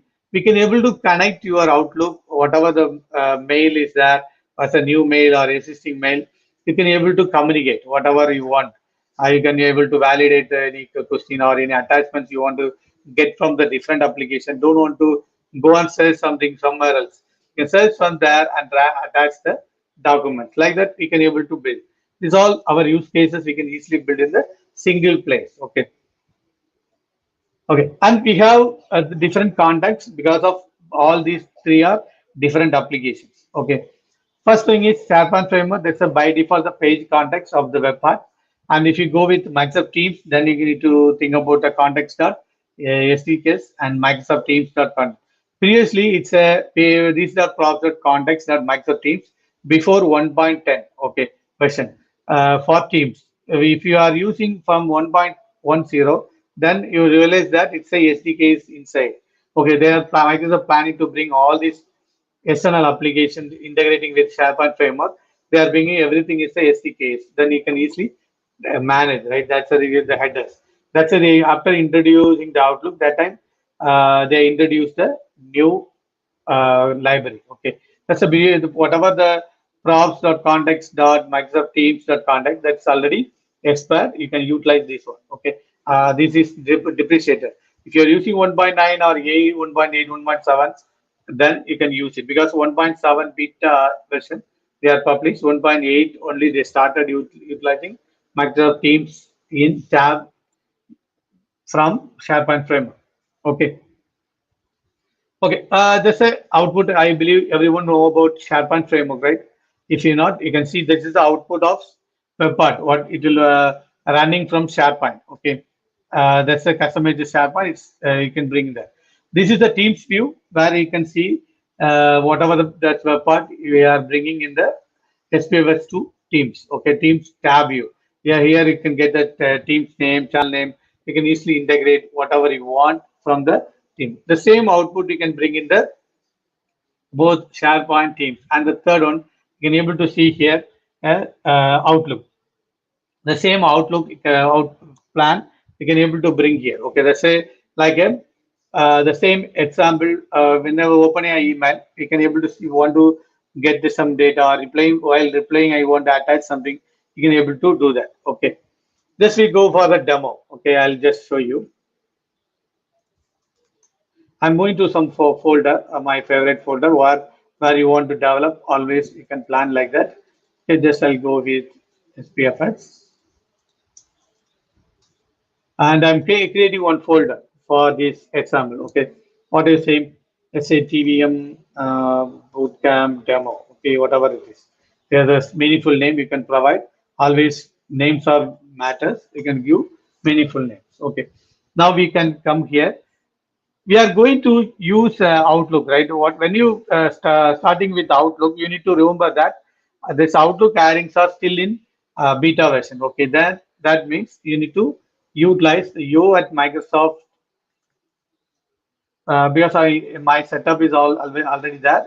If you are new to SharePoint framework, go and refer this how to set up a SharePoint framework environment, installing Node, installing SharePoint framework, everything, and you can easily do that.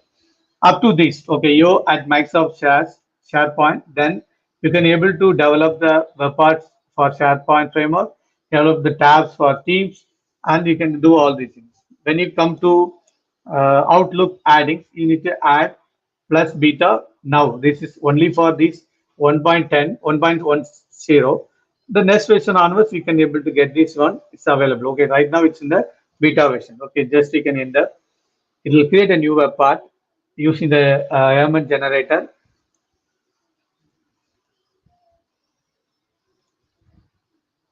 It will ask some set of questions. What is the solution name? Okay. First, you need to provide a proper solution name because the single solution we are planning to build multiple web parts, right? Together. For example, 10, 15. Based on the line of business, we can create a web parts for our big organization, right? That's why you can give the proper solution name. Right. This is just, you can leave it now, this one. And where you are going to deploy, that's again the question, because SharePoint framework available for 2016 from 1.1 and 2019 for 1.4 versions alone. Okay, and online it's up to 1.11, right? That's why we can plan accordingly. Select a particular version where you want to deploy. Okay, but here we are using the plus beta version for Outlook. Obviously, you need to use SharePoint Online alone because other things are not supported. Okay. Now we are going to deploy in tenant level because I'm going to utilize this same web part in our Teams as well as Outlook. That's why I'm making install. Okay. Here I'm not going to use any Graph API or something like that. I'm not requiring any specific permission there. Okay. And I'm creating a web part. Here I say surfacing. Yeah, this is surfacing web part. That's giving a name. You can say no JavaScript framework. Just a simple, you can example I'm show you.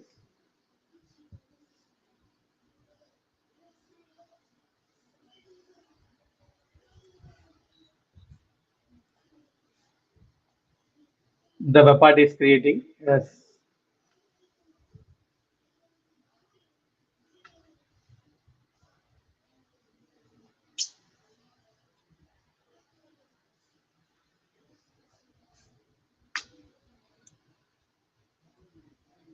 And one more thing you remember that after this, we need to install the Office JS file. Okay, that's office.js JavaScript SDK to install to create the Outlook add-ins. Okay, because of Office part, we need to support the Office add-ins. Right, the supporting part we need to require the corresponding reference. That's the libraries. That's why we need to install npm. That's a npm version you need to install. That's why we need types. Make it as a types one because of we are using TypeScript, right? Let's say we need to make it as a types and Office -js and save it in the dev. Okay, this I'll show you. After created, only for this application we are going to use, right? Let's say development, just say installing. After created the web part, I'm installing the office.js file. That's for to support the Office add-ins. Okay.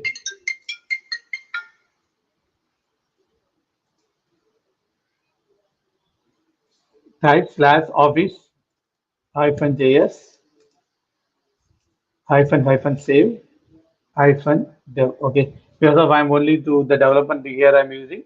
I'm installing the saving the JSON in my project. Okay, install.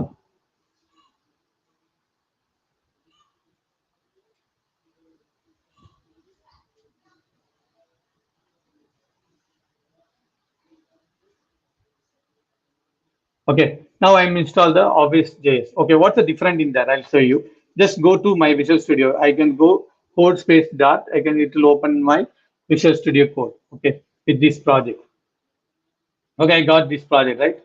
I go inside. I can see normally whenever developing a SharePoint Framework apart from after 1.8, you can able to see the Teams folder, right? To have two for images. After that, we need to deploy the configuration based on that. Okay. From out of that, we can able to see the SRC. This normal web part will be there. We can able to see our web part code. Okay. One more thing is now available. Office add-ins here, right? You can able to see this configuration part. It support one-time configuration option when add-ins initially viewed. Okay, that's it. The configuration part, you can whatever you want, you can get set here. Okay, this is only for in the Office add-ins, the execution time. It will you see. Okay, that's you remember that it will automatically create. Is don't worry about it.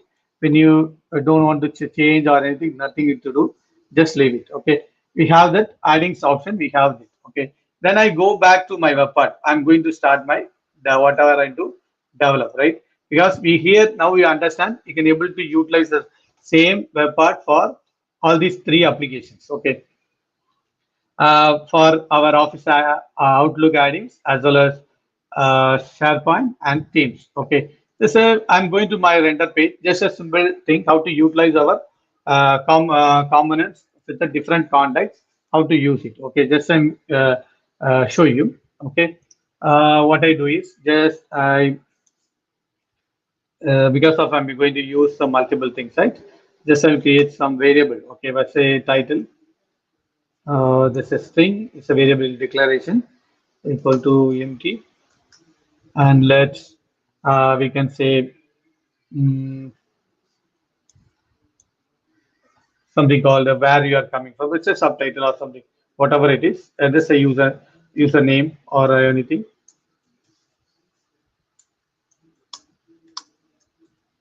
Okay, like this you can get if any context info, the page title or whatever you want, we can give some information to the user. Okay, for example, I'm coming from first you can verify where I'm coming from. Okay, just I can say let's user context also I'll take.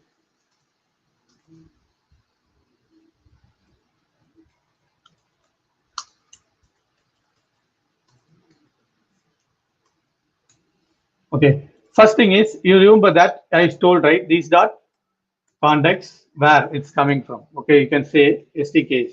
It verify that dot office. Okay, if it will coming from office product because now it's Outlook.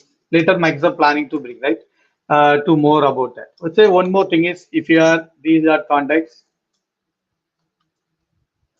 dot already I told right it is moving to STKS Microsoft Teams. Okay, if it's coming from Microsoft Teams, I can control like this. Okay, we need to because of related to the corresponding platform, we need to make like that. Okay, for its else it's a SharePoint. Obviously, it's a SharePoint, right? You can plan it like this. Okay, for example, I'm you some title here. Say welcome to Outlook addings. Okay, okay, this title I can add. Okay, let's leave it. And whatever the subtitle or user information, whatever you want. Then, for example, so your username equal to this. This is coming from Office context, right? Let's say you can take the Office part. These dot context dot SDKs for Office dot context dot. You can able to get these all the information. You can see your host, document, license, mailbox, platform, Office theme, like that you can get. For example, I'm taking from the mailbox. You can say here again you can get the user profile information. Okay, user profile.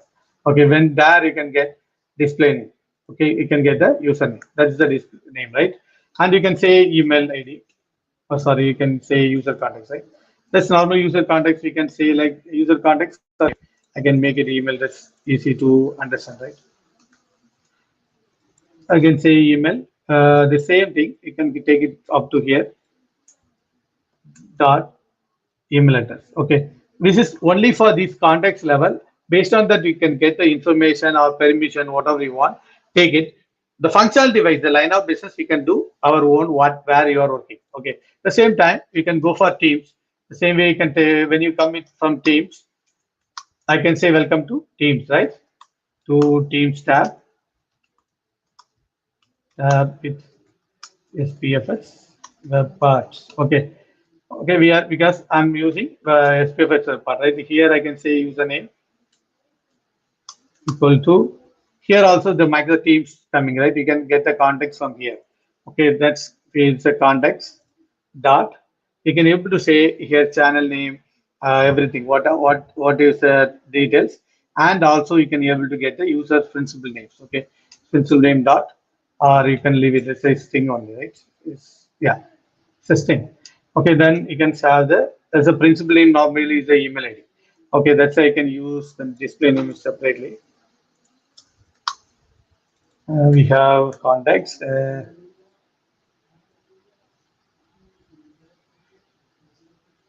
Okay, this is a theme, right? It's a you I can say here the principal name. You can say that, and user point of view. I can make it something like different. Okay, here you can double quotes the team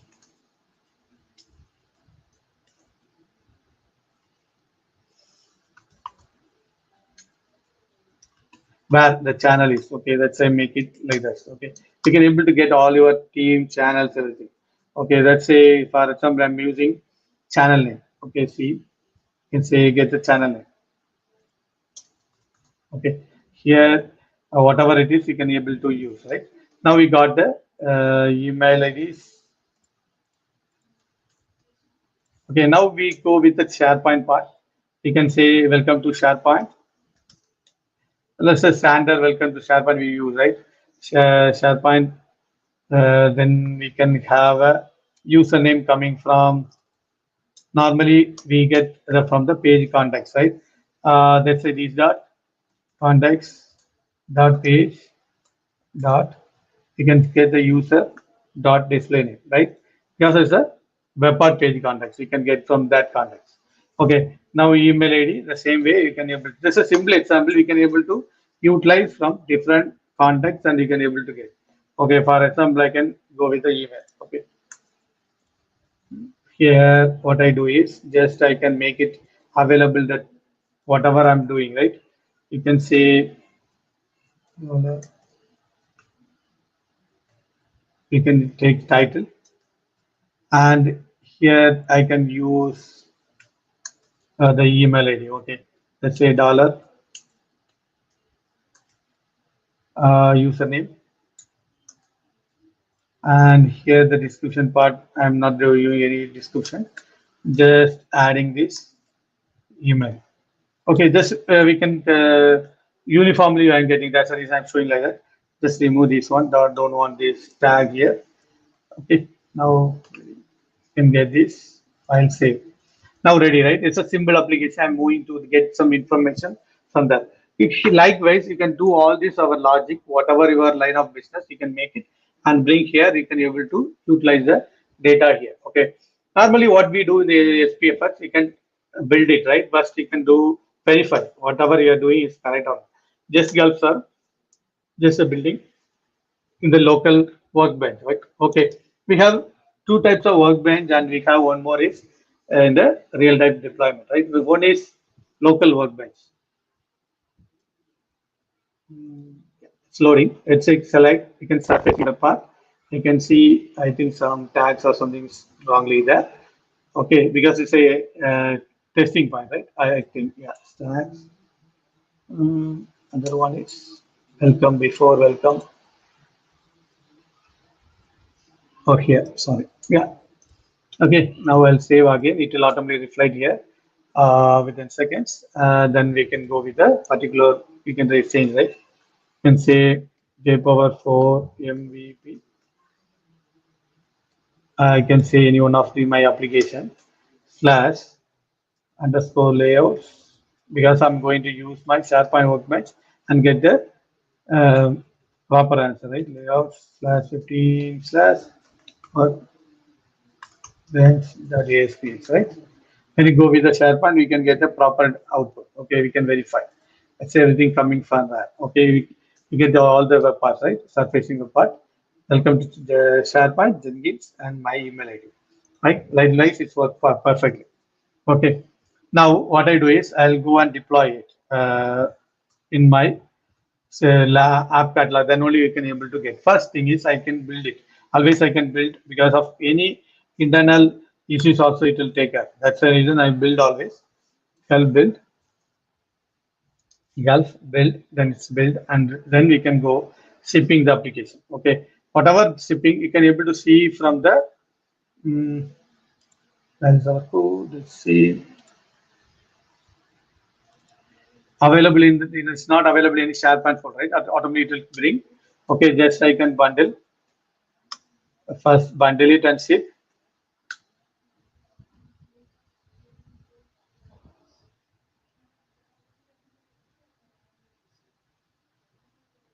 The second one, what I do is I can after bundle I need to package the solution, right? Okay, what I do is I can call package hyphen solution. See, okay. Now we can. It's the bundle is ready to deploy. Okay, you can able to see here no errors. You can see here one SharePoint folder will be there. You can able to see our solution here in the app catalog what we are going to deploy. Okay, what to do is just I'll go by application here my app catalog. If you don't have, then one you need to create using from your tenant admin. Okay, app catalog. Once you come apps for SharePoint, you can able to see that, right? We can going to deploy the app here. Just drag and inside input, it's deploy. It will ask you to where to deploy. Okay. Okay, make this solution available to all sites in the organization. Just they check it and deploy. Okay. Now it's available. It's deployed, right? After this, few seconds more, after you can able to test from Teams as well as Outlook. Okay. Whatever you are did the changes. Okay. Uh, for Teams, first we can go with the Teams and check. Just I'll go here itself. Okay, Teams.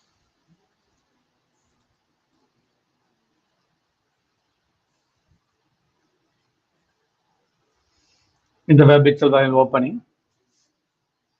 When you go apps from here, apps list, you can able to see if your custom apps is enabled. Otherwise, you know to go to admins and Teams admin center and enable it. Okay, built for our own organization, right? You check it. You can able to check verify your web part is there. That is surfacing web part, right? Say I think now that deploy, this will take, I told right, it will take little time. It's a 3-4 minutes, maybe. Okay. Meantime, what I do is I can do that Outlook part. Okay, this is just final test.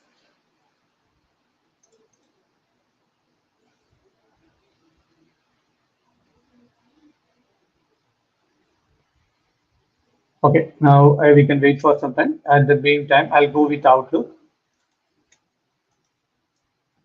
Okay, before that, I can check with my site also. Okay, let's say go with my SharePoint. Uh, Whatever the SharePoint site, any site, because I deployed in all the sites, right? All in the tenant. Okay, let's say I'll go and edit the page. I can be able to add this report in my SharePoint. Just adding something like,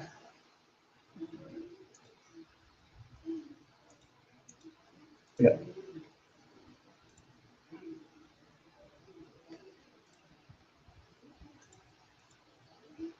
surface, surfacing apart. You get the in the SharePoint environment, right?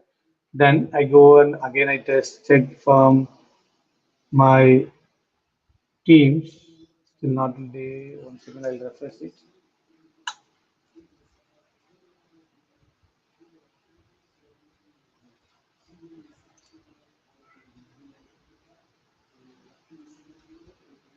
Oh, sorry. Before that, one more thing you need to do. That's I forget. In the same catalog, what I do because of you need to take it from Teams, right? I need to sing it. I need to it is available to Teams. I need to sing. Just a simple job. Just select my our TBC demo client, right? This is one we created. Just go here in the library files. You can see sync to Teams. Oh, we did one more thing need to remember. I need to enable for Teams. You totally missed that. Okay, just we go here.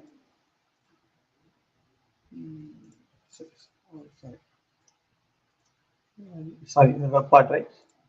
Yeah, the web part we need to add because from 1.10 we can able to utilize this one for Teams tab as well as Teams personal tab. Okay, just I can say here you can see the option Teams tab. Now only after this only you can able to get. Okay, just save. Okay, then again do all these steps. I'll do faster. Don't worry. Okay, now you understand, right? What are the things you need to do? Just you can change this Teams tab and saved it. Okay, then only it will able to bring. There was a different I'm showing here. You can understand, right? Now sync to Teams is not enabled because we not added. Now we added after this deployment, we can able to get it. Okay, bundle it again.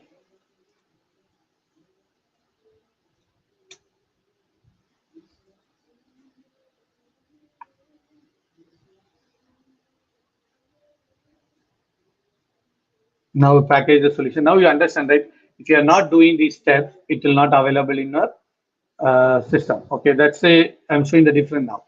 Okay, now we can take it again the same package. It's deploy again. It will ask to replace. Yes, replace it. You want to deploy the same way. Deploy. Once deployed, if you just check it, it's deployed. You can verify it's available everywhere. No errors. Then select it and once again.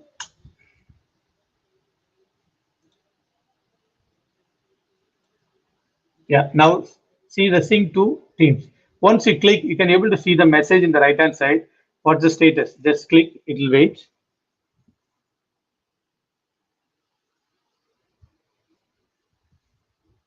You can see the right hand side successfully sync Teams solution. Okay. After that, it will take little time and it will bring in our apps list. Okay. Now you understand, right? What are the things to do? After singing, you can able to get this web part in our Teams. Okay. After that, you need to deploy in our tab. Okay. When you go here in my list, you can wait for some time. Or, oh yeah, already ready. It's immediately deployed, right? When you click, you can able to add to a team. Okay, because we made it as a team as tab. Okay, you can click it. Any one of the team you have in my list, I can say in my human resources team, set up a tab, the general tab. Okay, general channel and setting. Okay, just you can get the output. Welcome to Teams with the general as a channel name, and we have the email ID. Now we can see, right? Now we got it in my Teams part. Okay, we get the Teams channel name, everything, whatever you want, you can able to add. Okay, the same thing, I go with my Outlook. When you go Outlook, once first thing is you need to do deploy it in Outlook. Okay, let's say you want to add, or whenever you want open any email, go to the dot, right? Just go here. You can have an option after opening the email. You can see that get addings. Click it. First, you need to add this in our Outlook. Then only you can able to get it. But it's only available in the web Outlook. It's not available in um, desktop version. The reason behind is it's still in preview. After that, once published, they will allow you to add in your uh, Outlook also, okay, with desktop Outlook. Okay, when you come here, you can see a lot of things happen. Then you can come my addings. You can see SPFx temple. Let's say you can see custom addings. Add a custom adding. It will be a option will be there. Just select. You can add from URL or from file. Just add from file because we have one file, right? The configuration file is there. Okay, just click it and go to the corresponding folder. Okay, the SharePoint, sorry, they say here you can say office adding. We have that file, right? Whatever the configuration file I shown, right? Let's see, have a file there. Okay, just select and open. It asks us to install. Just install it. Okay. After install, you can able to see that in the file. Okay. Just we added this one. Okay. Everything showing the car. Let's okay, check it. Okay. Well, because previously I created one. What I do is okay, that's live, no problem. Just add it and install. After install, because we need to provide proper icons to identify names, everything. Because not change the name, you can leave it as a what we did in the office addings. We did everything the same names, whatever the out of box, right? One second, let me show you.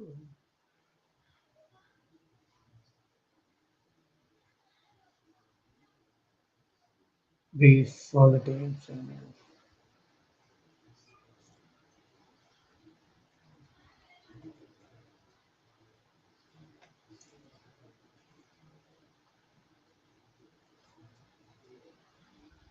Yeah, this is the default value. You can see the display name.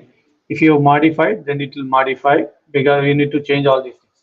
Or based on your requirement in this file, you can modify and provide the proper icon to load the URL. That's to differentiate your applications. Okay. Now we can add it. Then I'll close it. Add it, right? Let's say close. Then I'll go my file again. You can able to see anywhere. You can see the SPFx part. Okay, just click. Once again, these one others. Sorry. So yeah. When you open, it will say surfacing web part, right? Just I can give some further description. And close. You can see welcome Outlook addings, Jenkins and my email ID, right? Whatever you are providing, and you can able to utilize these addings like this. For example, I'm clicking the translator. I want to do some translation option. When you do reading my email, this is another adding. Same like that you can able to do. Okay, you can able to bring what language you want. Okay, which language you required, you have preferred. You can able to see that. For example, I'm saying Tamil, then you can say Chennai, India, like that. You can get the output of understand. This is the real life requirement, right? When you are reading an email or I'm sending some email, for example, I have a new message. I can have all these addings will be there in the bottom. Okay, you can able to see here. Okay, what are the addings I have, I can able to get this. That is nothing but these all the attachments. What are the things you want to get? I want to search some data from my SharePoint and attach here. This all have you can easily implement from our solution. Okay, this is the main expectation from the different application. Now our web parts available all these three places, right? One in available in our SharePoint, able to see in our SharePoint. Yeah, SharePoint, then Outlook. I'll shown, right. Let's say come out and see. You can able to see our Outlook as well as the same thing. How I am able to see my Teams. You can able to develop a same application and deploy in a single place, and you can able to utilize from anywhere in the Office product. That's a very good feature. Now I can take the questions. Thanks everyone for joining and given me the opportunity. Thank everyone the team Sundar and Sugan. Okay, now I'll move back. You have questions? I'll take the questions now. Thanks, Jenkins. It was a nice session. Let's wait for a Thank few you. while. Okay. Yeah, yeah.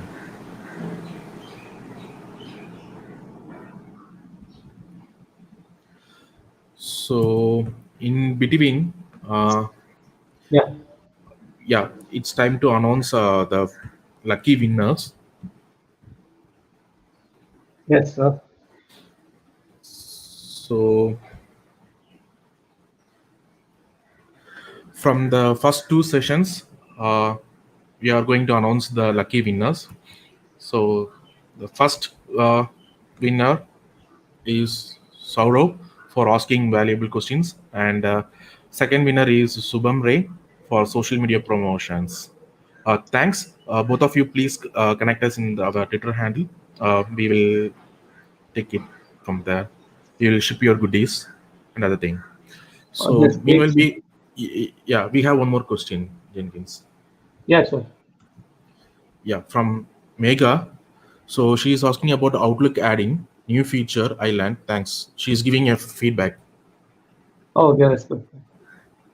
Yeah. So if you have any questions, please And ask. we have 5 minutes. Any questions, please raise.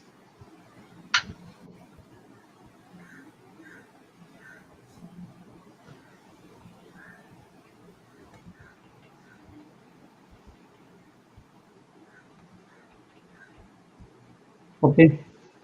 Mm. Yeah, I think no questions.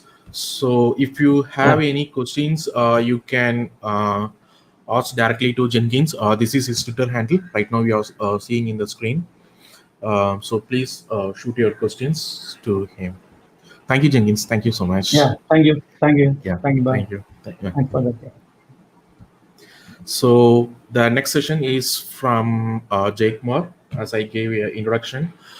He's a Shishap Corner MEP, and he's going to take a session on SharePoint. Uh, Over to you. Yeah, thank you. Thank you, Sundaram, for the intro. Let me share my screen. Please confirm once it is.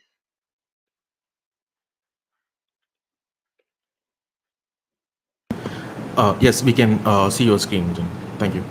Thank you. Welcome all for this M3 Bootcamp Trivandrum. So, I really appreciate for you all to be on this Saturday to watch on this session and to learn something new. So, our session is about how we can increase your boost your SharePoint development skills to build the custom apps for Microsoft Teams. So if you are very well with SharePoint development, then you are completely ready to build custom apps for MS Teams as well. So we are going to see what are the different approaches that you can that is available to enhance your SSP skills to build apps for Microsoft Teams. Before we get into the session, so a small intro about myself. So myself, Jayakumar Balasubramaniam, work as a product lead at Cupfly. So I'm a Microsoft certified trainer and a certified developer and a regular blogger and speaker. You can get in touch with me in any of the platforms. So mostly I will be available in all the platforms. Yeah. So SharePoint framework in SP and Teams. So as you know that the SharePoint framework is a platform that we given by Microsoft as only dedicated for SharePoint in the earlier days. But now it extended to Microsoft Teams and Outlook add-in. So as you know that, so right. So that's the one major advantage that we are going to have here. So in this session, so we are going to see two approaches. The one thing what you can do with your SharePoint framework web parts. Yeah, just a brush up uh, to build apps or custom teams, and what you can, how you can build a dedicated app for teams, and how it will be applied with SharePoint as well. But at the end, both the technology is going to be a client side development, and both going to be something similar, and the folder structure, project structures, everything going to be similar. So there won't you won't find any major difficulties or any issues. So that's what we are going to see how we can do that. Yeah, so when we build, why we need to build MS Teams using SharePoint Framework? So as you know that SharePoint Framework, we web parts we host it uh, we have three different types of hosting, as you know, like either you can host it in your app catalog itself, or either you can host it in your external CDNs, either it is an Office 365 CDN, or be it external CDN like Azure CDN, or any other cloud services CDN, anything you can host it, right? And if you have enabled your Office 365 as a CDN, you can also host it there. So that's one advantage that we have, because when you build app for Microsoft Teams, since it's a client-side application running in the cloud, your code should be deployed somewhere in the cloud. Then only you should be able to uh, serve your services to the users, right? That's one thing that we need to consider when we build app for Teams. But when we go with SharePoint Framework, since you have that automated hosting, when you just put your app in app catalog, as you know that your files will get automatically hosted in your app catalog in the client side assets, right? So the same thing can utilized within Microsoft Teams. The Teams will contact your app catalog, and it will get your files be served from the app catalog's client side assets folder.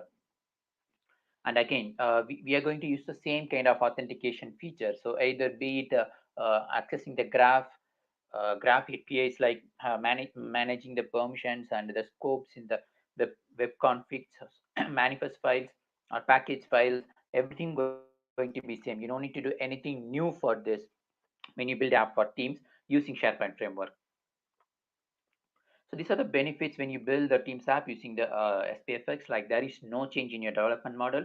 You're just going to use the same Office. You can use same Office Fabric controls, and you can have a single code base, like as Jenkins explained. So you have a single code base for MS Teams, SharePoint, and Outlook. But yeah, Outlook is still in preview, but you have Teams and SharePoint readily available. So the only thing that you're going to change is what you just going to make some piece, a couple of lines of code to identify at what context that you are running this app, right? Whether your app is running within Microsoft Teams, or whether your app is running within SharePoint, or whether you are running in within Outlook. Only these three sections that you're going to touch up.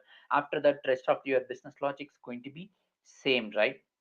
There is no change in your development model, and there is no change in your approaches. The same again, as I said, it's going to host in the SharePoint, so you don't even need any separate hosting platforms to test this. Yeah. So basically, in Teams, we have different kinds of apps, be it a tabs. Tabs are kind of an external application that is hosted in an iframe within your Microsoft Teams. There are two tabs, like either Teams tabs or personal tabs, like that. Then messaging extensions is one option. Then you can build chatbots, and there is a webhooks. Messaging extensions is something that appear at the bottom of your chat box. You can, like you do attachments, you have some of your extensions appear over there.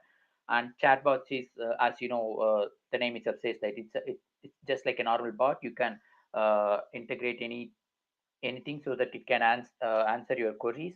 And webhooks is something that to monitor your chats. Either you can push anything from external, or you can uh, push the activities that are happening within your team to your external system. That's all about webhooks.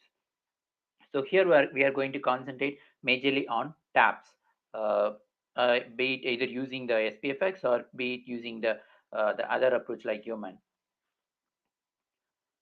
So in SPFX, so this is how the history is about. Like when we got the version v1.8, so we have got our Teams tab support available for Teams tab. Then when it reached v1.10, then we have got support for personal tabs as well.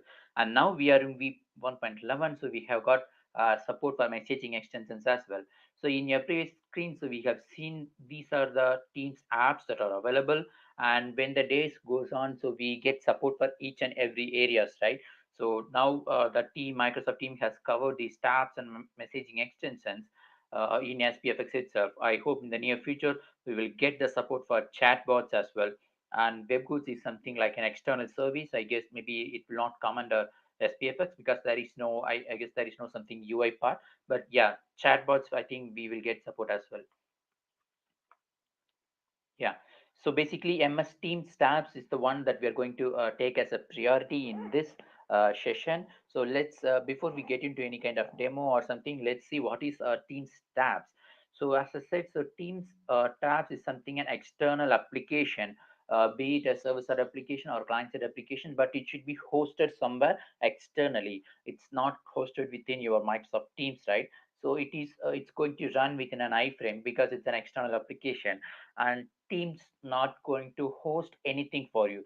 For example, if you take SharePoint Framework application, the SharePoint itself going to host your application, right? Like in the app catalog, your a client side assets like your bundle files and your maybe any of your assets will get deployed, and your app catalog will hold your app details like app id, manifest id, properties like that. But Teams, it's not going to host anything for you except the basic information like your app name, what is the redirection urls, where the app is hosted. This kind of configuration and things only going to store application and the DB part, everything going to host externally, and it's up to you like where you want to host it or how you want to serve that. So basically, there are two types of tabs available within Microsoft Teams. Like the first one is personal tabs, that is called as static tabs. So personal tabs in the sense. So for example, if you take an application, a leave request kind of application, it's dedicated for every user, right? So you can add it as a separate tab and you can pin it even in your left menu. And the second one is Teams channel or group chat apps. So Teams channel is like whenever you create a Teams, so there will be channel by default. There will be channel available, and you general channel, and you could also able to create any additional channels based on your requirement. For example, if you are creating a team for your project, you can have a channel for requirement gathering, or if you have some different categories involved like power apps involved in SharePoint team is that, power apps team is that, but everything all comes in a single team, then you can create a separate channels and you can deploy these tabs in each channel. The same like the group chats. So group chat, whenever like we create a WhatsApp group, you can also group 2 to 3 people, which is different from teams, where you cannot create a channel but still the people are grouped in a single chat. There also you could be able to add this tab. So these Teams tabs, Teams channel based tabs and group chat tabs, so are called as configurable tabs. So why do we call it as configurable tabs? So we will see in the upcoming screen. So with some screenshots. Yeah. So there are three scopes available in the Teams tabs. Like there, are, as I said, we have a Teams scope. Like it can be added within a team, and it is called as configurable tabs. The reason behind the configurable tab is, so when you create a tab in your Microsoft Teams, you have this settings option, right? Like in this settings, you can because there are multiple teams available. So for example, you take this M365, there's M365 Hyderabad happening, M365 Pune, M365 Trivandrum, multiple teams are there. Suppose if you're building on one application, which helps to manage the speakers and sessions, you can create a single app and you can add it in different teams. But the thing is that there will be different set of speakers, a different set of sessions available, right? Maybe you'll be saving in different lists. How you are going to reuse the app?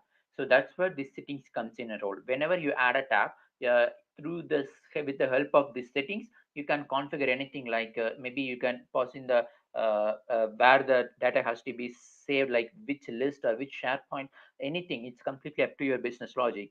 So basically, in a nutshell, it's something about your SPFx properties. Like you know that there's SPFx property where whatever the site you deploy, you can give your user input with SPFx property pan, right? The same thing it's going to appear here as well. The settings is your SPFx property kind of stuff. It's some so that you can reuse the tabs, and whenever you put in multiple teams, you can have your own configuration for that uh, specific context. Same appears for group chat scope as well. There also you'll be having your settings. So that's why we call it as configurable tabs. Now, personal tabs in the sense like as I said, it's not related to your uh, team, so it is dedicatedly for your personal thing, like maybe personal in the sense, but still it's combined with your organization. Be it for example, if you are developing an leave request app or a timesheet submission app, it's going to be a personal thing, right? Each user going to submit, it's not tied to any of the team or group chat. If I'm applying a leave, then I will have a separate tab, same like this, a chat or calendar, or same like this, it is going to be a personal tab, right? That's why we call it as personal tab.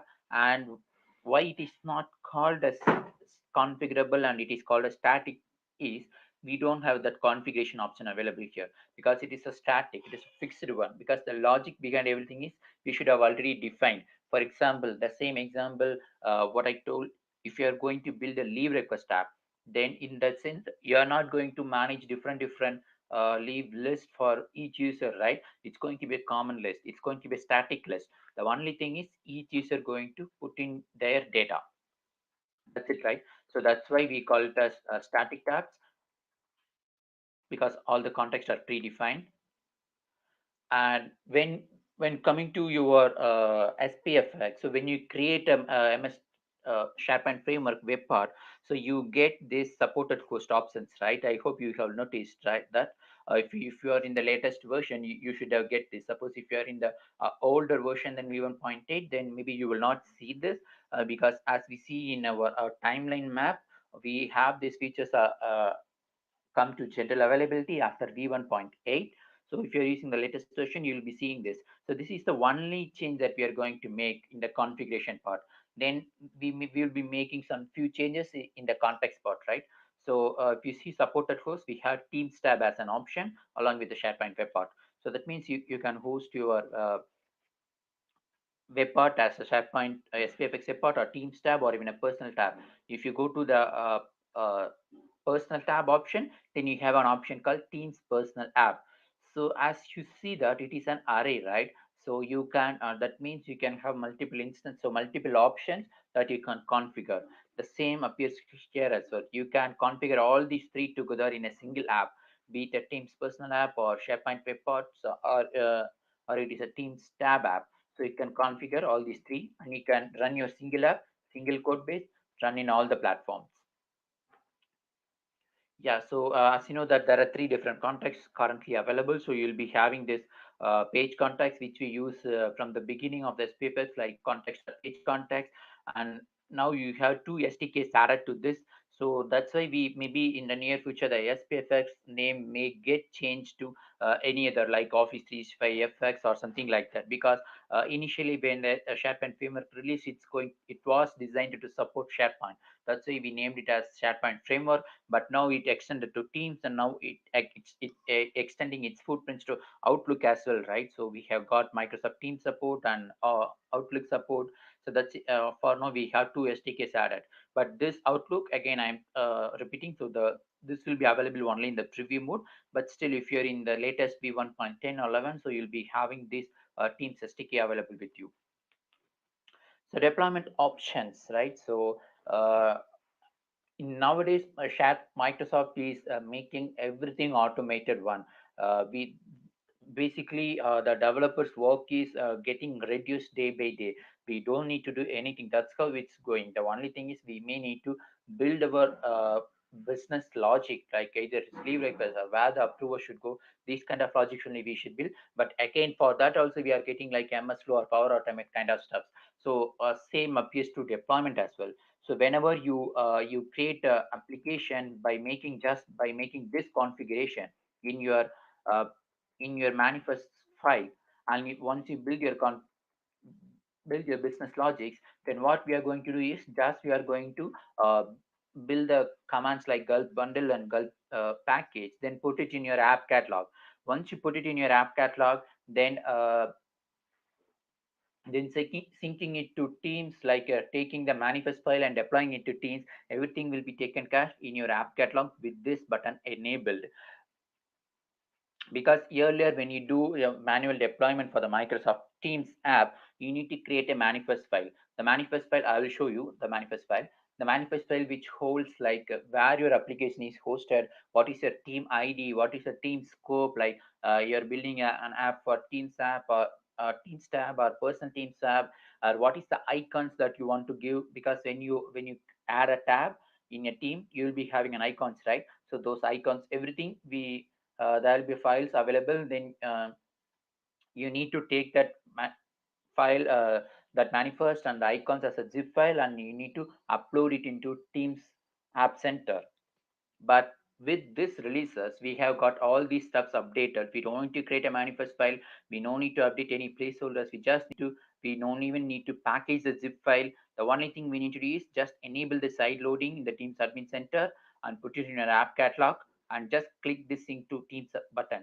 So all these steps will be automated for you and it will be readily available in your Teams app, in the Teams application. Yeah, so as I said, these are the things that you need to consider. Since if you are using the SharePoint framework, it's going to deploy the globally, so anyone in your team can access your app, and it's going to be a client side only because SPFx is already a client side, and we are going to see another approach that is also being a client side. The thing is now each and every development is completely coming to client side, right? So it's pure Node kind of based something based on Node.js. So this is what going to we are also going to use. And for now, we have Microsoft Teams and personal tabs as a support available. Yeah, the second part is apart from SPFX, so we have another approach to build the Teams app. Uh, Same like what we do in SPFX, like we have an human generator available for Teams, right? So we have SharePoint generator available, human SharePoint generator where we use to create SPFX app, and we have Teams generator also separately available. It all comes from the basis of SPFX, right? So the same in Teams generator as well, we are going to get the same kind of setup. So again, it's hand in hand. So if you build a SharePoint framework application, then you can use those methodologies and you can deploy the same thing in Microsoft Teams. The same appears here as well. When you create a Teams app with the help of human generator, you should be able to use that app in SharePoint as well. So build it for SharePoint, build it in SPFX and use it in Teams, or build it in Teams, then you can use it in SharePoint as well. So that's the advantage of these kind of technologies that we have. So yeah, to start with, if you are maybe if you are already using SharePoint framework, then you can skip all these prerequisites because you should have already have your 365 tenant Teams app. Then side loading should be already enabled. Then you should have the basic knowledge of Node.js and JavaScript, and you should be already using Visual Studio Code, right? So you can skip all this because since you have already used SPFX, because it is already you have already ready. And the new prerequisite that you need to make sure that you have used this human teams generator is you should be having the Node.js v1 v10.0 or higher. I guess if you are using the latest SPFX, you'll be using the latest only in the Node.js. Then you can skip this as well. Then npm, make sure that you have version 6 and gulp version 4 and human is version 3. And now we have separate human generator for Microsoft Teams. So that's say that you see the command, right? So it's just about your teams, just a simple command. Then you'll be having a Visual Studio Code already available and ngrok. So I just need to give a bit about ngrok. So as I said, so if you build a SPFX application, then you put it in app catalog, right? So then it get deployed within your app catalog. But if you build a new teams, then you are not going to put it in app catalog because it's a completely a different approach, right? But we don't need to worry about that because by default, when you have installed your human generator, you'll be getting a setup for ngrok as well in the background. Ngrok is the one which helps to serve your local host machine as a public hosted server, but it's accessible within your machine as a public one, so that your application is hosted. You will be getting some public domain like https ngrok dot some guid dot co something instead of local host, because as I said earlier, Microsoft Teams app will be expecting some public urls which is accessible over the internet, but your local host we cannot access over the internet, right? So that's the thing, we getting ngrok. And if you want to host it in your Azure, you can use the Azure account as well. Let's see the demo for the things that we have seen right now.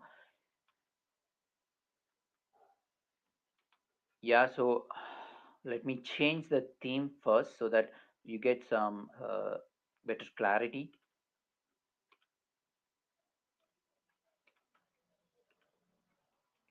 Yeah, so I have the app already ready available. So hope you have seen this SPFX setup in the previous sessions as well. So I'm not going to touch this up much for you. Uh, yeah, but you see, you have this. This is what I talk about, like this uh, image files with icons and the manifest. In the manifest, you need to configure component name and the icons. You need to define whether it is a static tab or it is a configurable Teams tab, or what are the valid domains. All these steps you need to do, right? So, but and you need to package this zip file and you need to upload in your Microsoft Teams. For example, we have either with if you go with SharePoint framework approach, then you no need to do these steps. This is the Teams App Center that we have. You need to zip that manifest file and icons, then you need to upload it over here. But with the help of this SPFx, whenever you just package and deploy in your app catalog, yeah, if you go to files section, you get this sync to Teams option. With the sync to team option, that packaging this manifest and deploying it to Teams, everything will be taken care by this single button. But this button will get grayed out when you click the regular SPFX app where you have not configured. Where is the, yeah, here. Here, if you see, I have configured this Teams personal app, Teams tab. This is what I said. If you build a single app, you can use it in all the three platforms, right? SPFX for Teams personal or Teams tab. I have built a sample app which I have already installed in Microsoft Teams. So the same, this is just a Hello World app. I will show you a quick demo. Like, I'm just going to click Sync to Teams. So once I click Sync to Teams, this screen will get hanged for a few minutes until it get deployed. That's why I'm not able to click anything.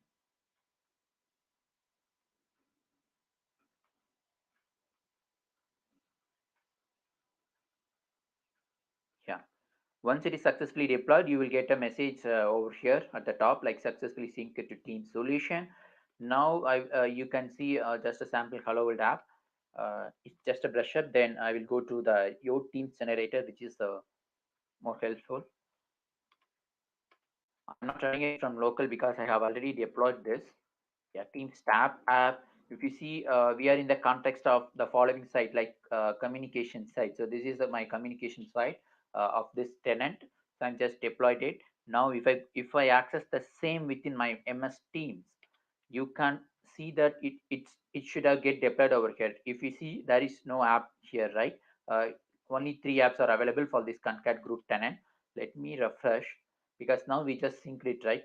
It should have appeared over here.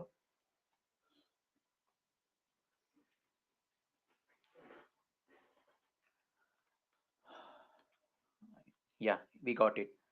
Teams tab app. This is what we deployed. Teams tab app. Yeah, Teams tab app.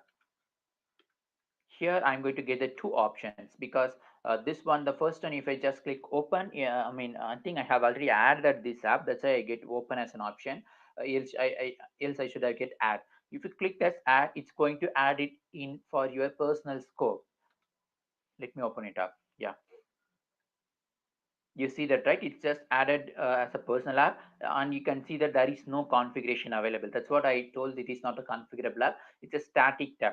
But the thing is, all even you have SPFX property, you will not be able to see that over here, uh, because and you can see that the same context is running. We are running in the context of the user, because it's just a regular user. Let's go ahead and add the same thing in a Microsoft team. See all, because yeah, I'm just going to add to a team. This is general group. Tab.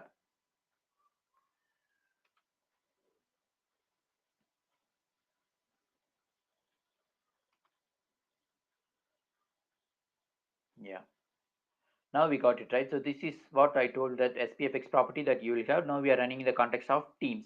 Like settings. If you open up this settings, it will just open up your SPFX property pane, kind of same setup.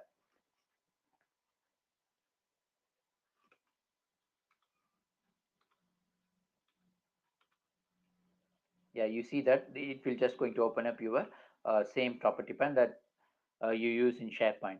Yeah, so this is the approach that we will be using in SPFX. But how we are going to do the same with the human teams generator that we just talk about.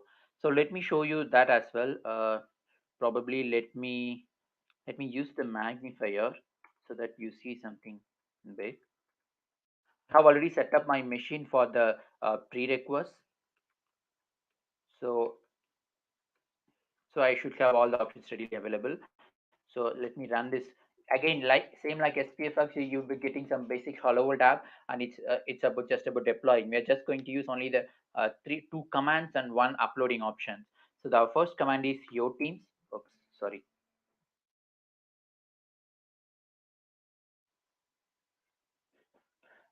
Let me because when you create a new project, it will just install your node modules. That will take time, right? That we don't have that much time. So let me skip the node modules installation using the skip install command.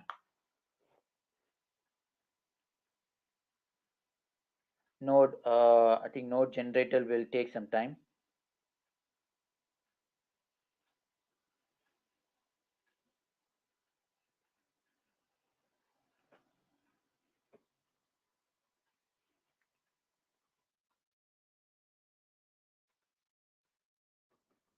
Yeah, okay, let it take in the meantime, let me explain you the project structure of the same. I think.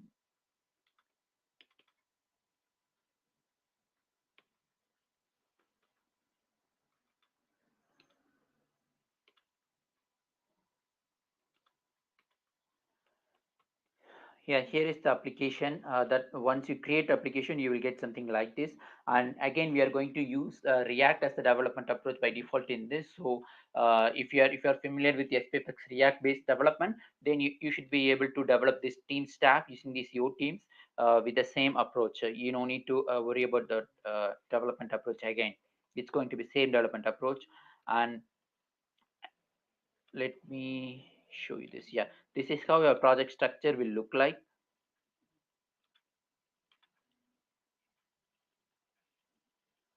Yeah, I think our human got responded. So let's see this first.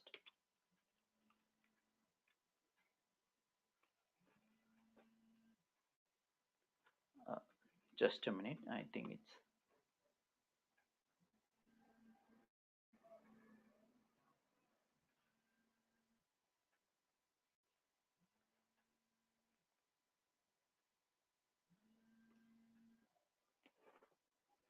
Yeah.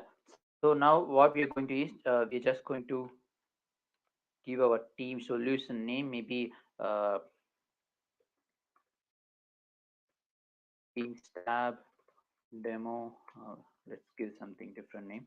It's same like you develop your SPFX app. It will just going to ask you a solution. Then yeah, it's just going to ask where you want to place this current folder and title of your teams tab app, right? So maybe you can name it anything like since it just take my project folder. So let it be M365 tab. Just company name. Apply just take my company name. And we have the manifest. There are different versions. I think we have got 1.8 version, but still this your teams I think older one. So I get v1.6, and it's just going to ask you some other few questions like if you have any partner ID. That's it. And yeah, so as I said, we have different options that you can develop in tab. So now for now I'm just going to tab as an option, and let's leave these names like other human generators. It's also going to ask you some default, but again, you don't need to replace each and every one. When you gulp or bundle the stuffs, it's going to do it automatically for you. Let's give no for all these questions.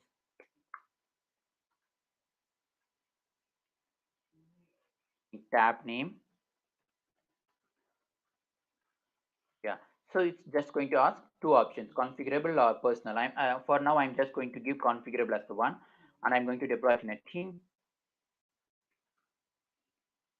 Yeah, here we are going to get another option. Do you want this tab to be available in SharePoint online? So yeah, as I said, like SPFX you can deploy in Teams, and if you build a specific Teams app using the Teams generator, you can deploy it in SPFX. Sorry, you can deploy it in SharePoint as well. Let me give yes for this. It's going to ask whether you want it a full page app or it's just a web part. Let me take it as a web part.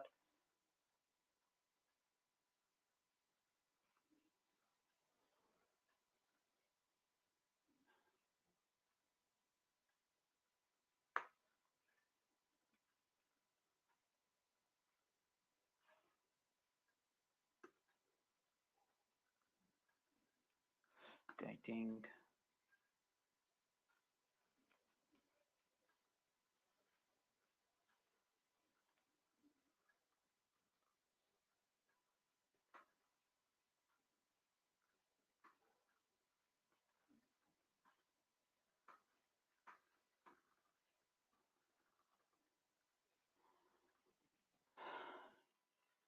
So once you answer these kind of questions, you are going to uh, get an application, something like this.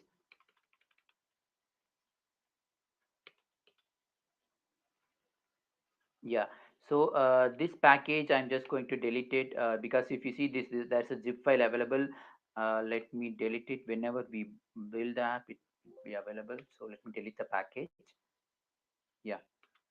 Now if you see, we have got the Teams tab available in the Teams tab, and we are just going to use the same React kind of approach, and here we are going to use the Fluent UI as the one, and you can have that predefined controls like buttons, grids, or labels. Everything is available.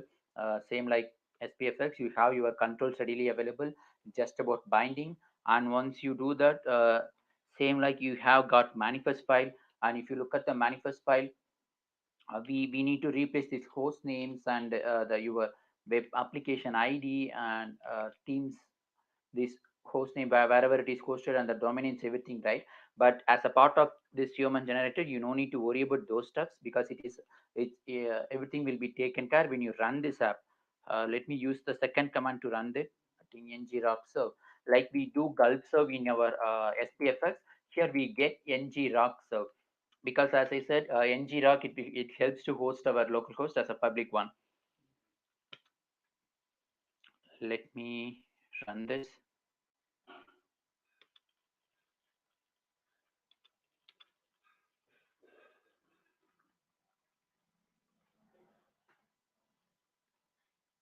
That's going to be ng serve. So I think I have already deployed a demo over here. So let me remove that so that it will be easy to upload without any conflicting issues.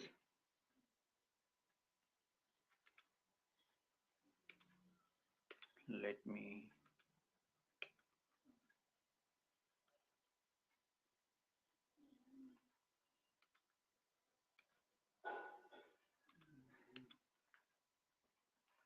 Yeah, again, it's taking time. Yeah, it's initiated.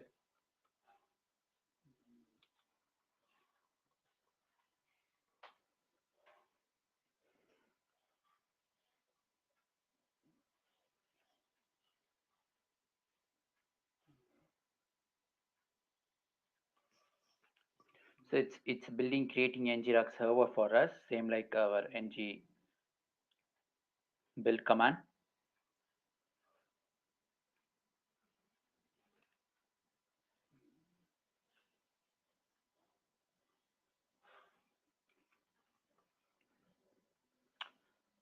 So I think two modules are missing. So let me install those. Uh, Give me a minute.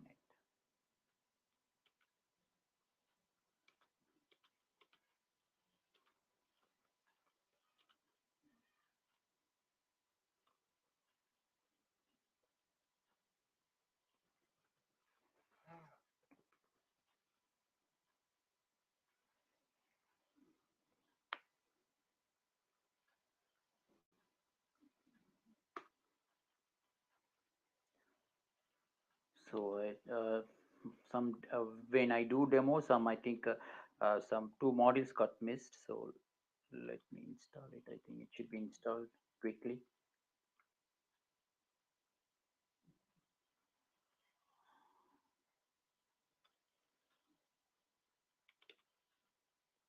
Let's see whether I have it in any other node module so that we can just copy it.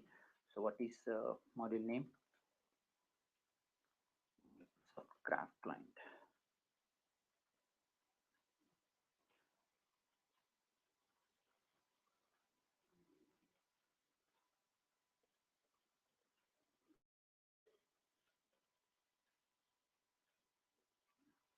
Yeah, we have got one module got installed, so let's install other module as well. Since it's a single module, it got installed in real fast. I think, yeah, now we should be able to.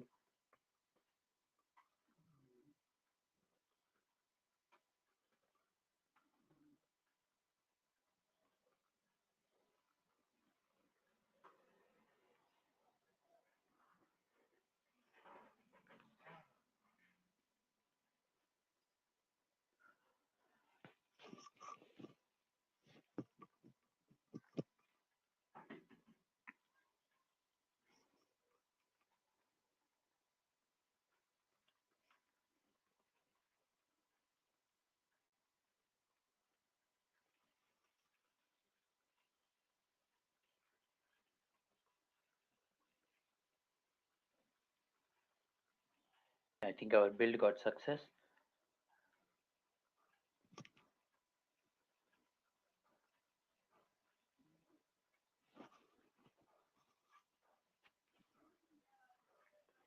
Now it's building our ng rock domain, so that we can upload in MS Teams.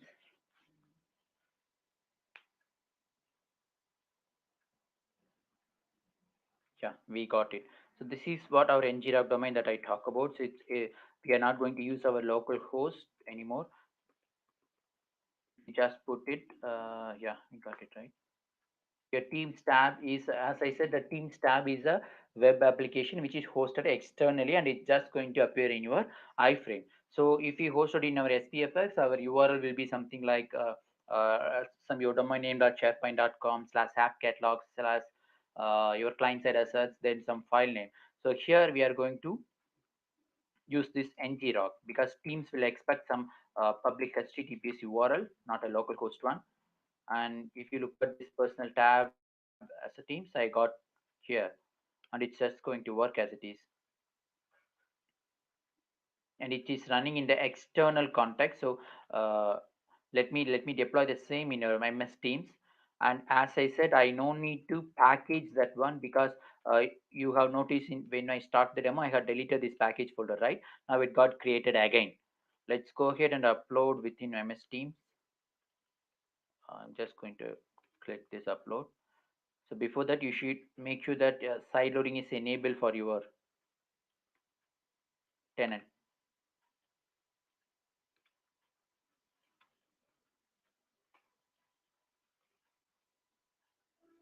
Package, then let's upload it.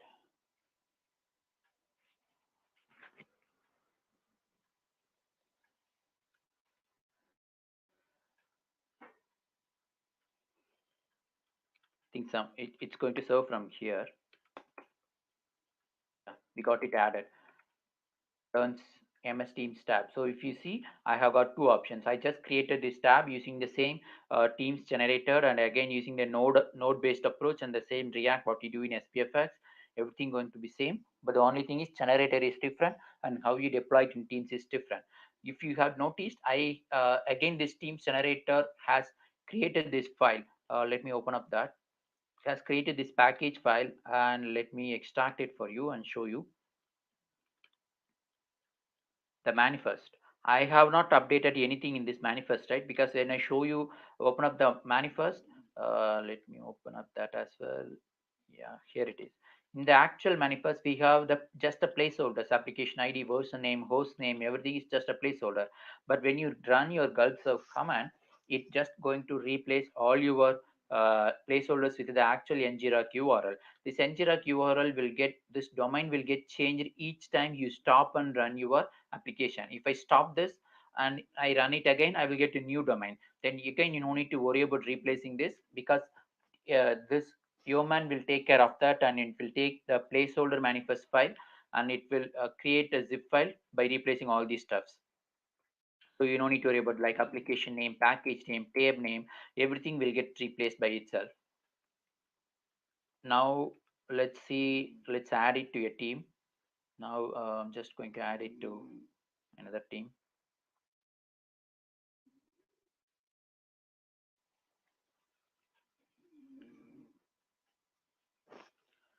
if you go with this approach, like it will be something relevant to Microsoft Teams as well. For example, this tab name, configurable value, and you get this value here or here, like empty fit Trivandrum. If I want to change this, that again the settings, it will just open up in a pop-up. But if you use SPFx, then it will just open up like a property.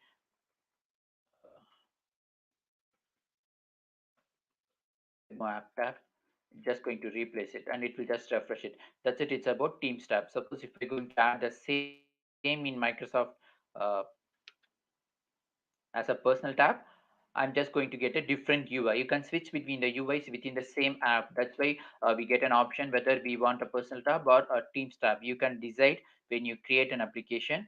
And same like SPFX, you can create multiple web parts in a single SPFX solution, right?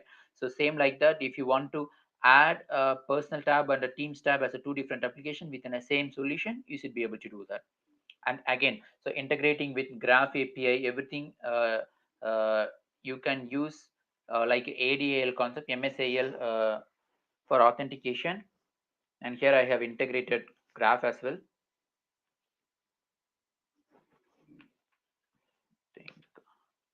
Think yeah, the IDs got changed, I guess. That's the reason. Oops. Yeah, so that's it for the demo today. So if you have any queries, maybe you can ask now. So basically, in a short, so we have I have just given you an input like how you can build your Teams app with the help of SPFX, and how you can build your SPF Teams app, and you can deploy it in SPFX. Yeah, I forgot to show you one thing. The same Teams app, if you look at the manifest file, you can see the context, the same supported SharePoint host context. You get the SharePoint full page and SharePoint web part. At the same time, if you have created a SPFX web part, here in the manifest, you get supported host. Here we mentioned Teams app and Teams personal app and Teams app. Here, this in the both the areas, it appears in the manifest and under the property supported host. So that's it for it, guys, today. So maybe now we are open for queries.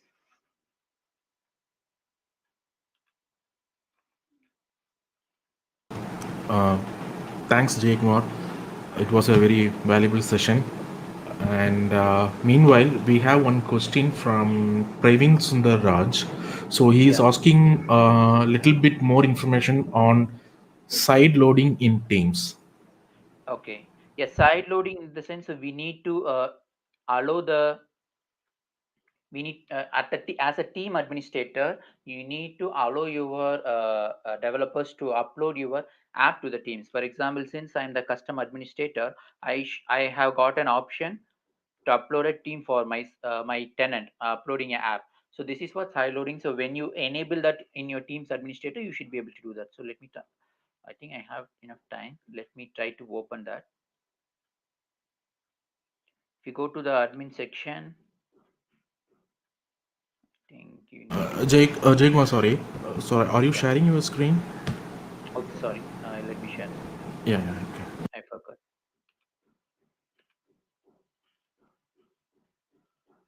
Yeah. So side loading is nothing but allowing your team, I mean the your users in your tenant to upload the apps within your MS Teams. So that's what. So when you go to this stores app section, if you want to see this kind of upload options, then you need to enable the side loading. So for that, go to your Office 365 admin, then go to admin center. Then in the admin center, look for the teams in the more app section.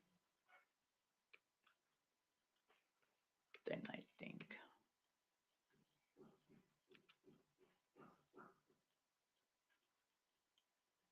in the manage apps.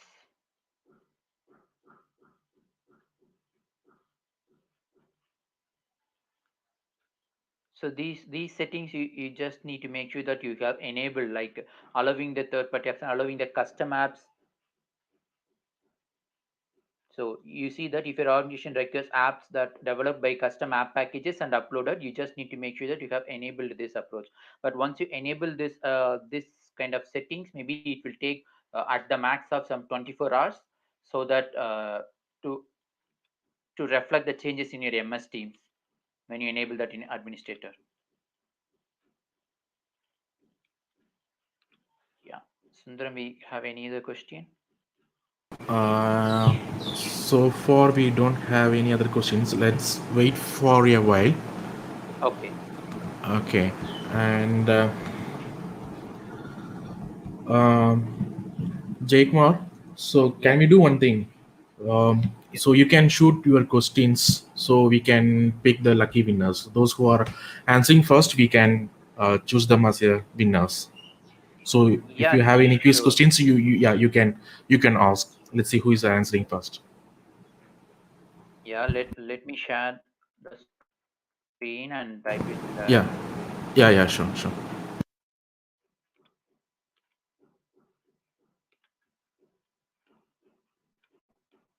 It's going to be a simple question.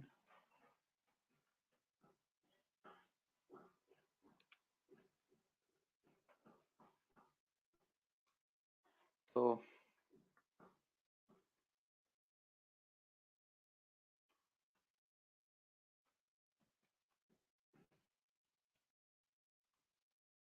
personal tabs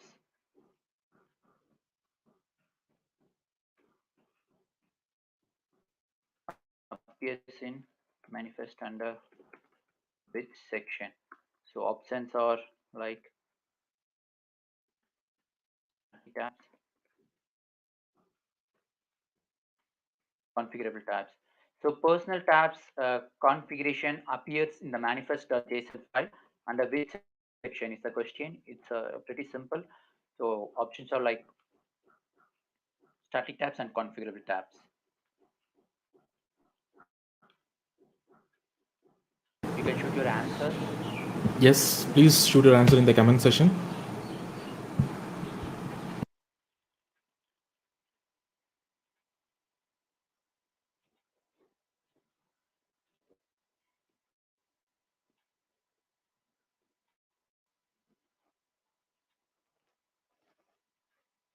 Yeah, we have one answer from Praveen Sundarraj and Saurabh.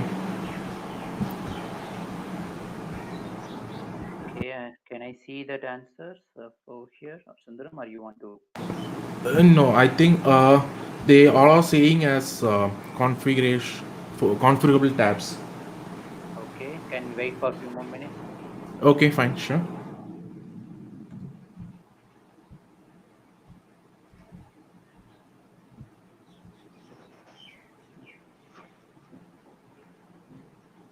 So, any others, please answer. Let's wait for one more minute, okay? Okay. Yeah.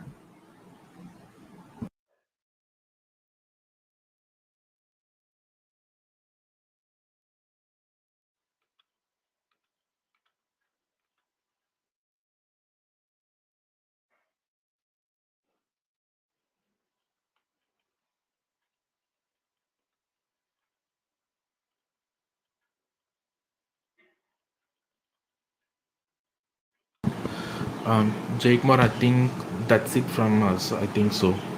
Only two answers Okay. from configurable tabs. Praveen and Saurabh has answered.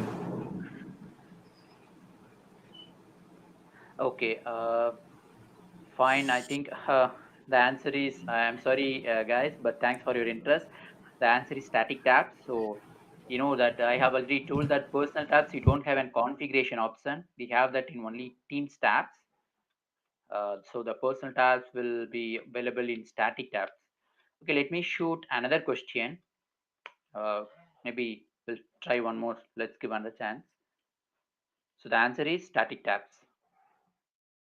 Let me ask another question. Uh,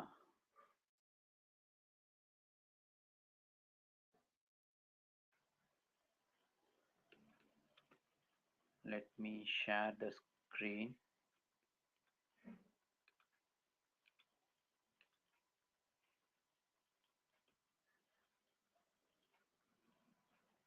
So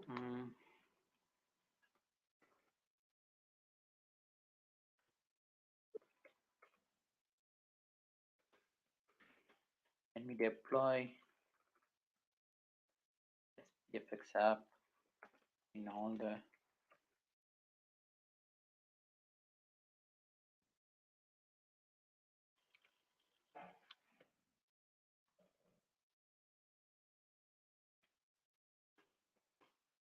context like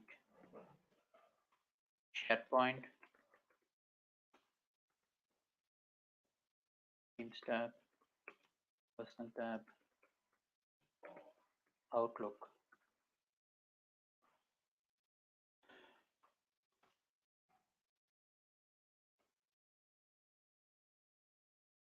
It's just a simple yes or no question. So the question is, can we use same SPFX app in all the contexts like SharePoint, Teams tab, Personal tab, Outlook, everywhere? Can we use the same app?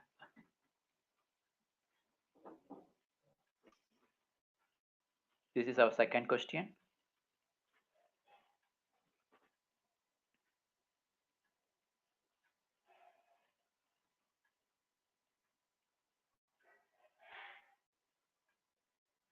You can shoot your answers now. Yes, we are getting answers. Let's wait for 1 more minute.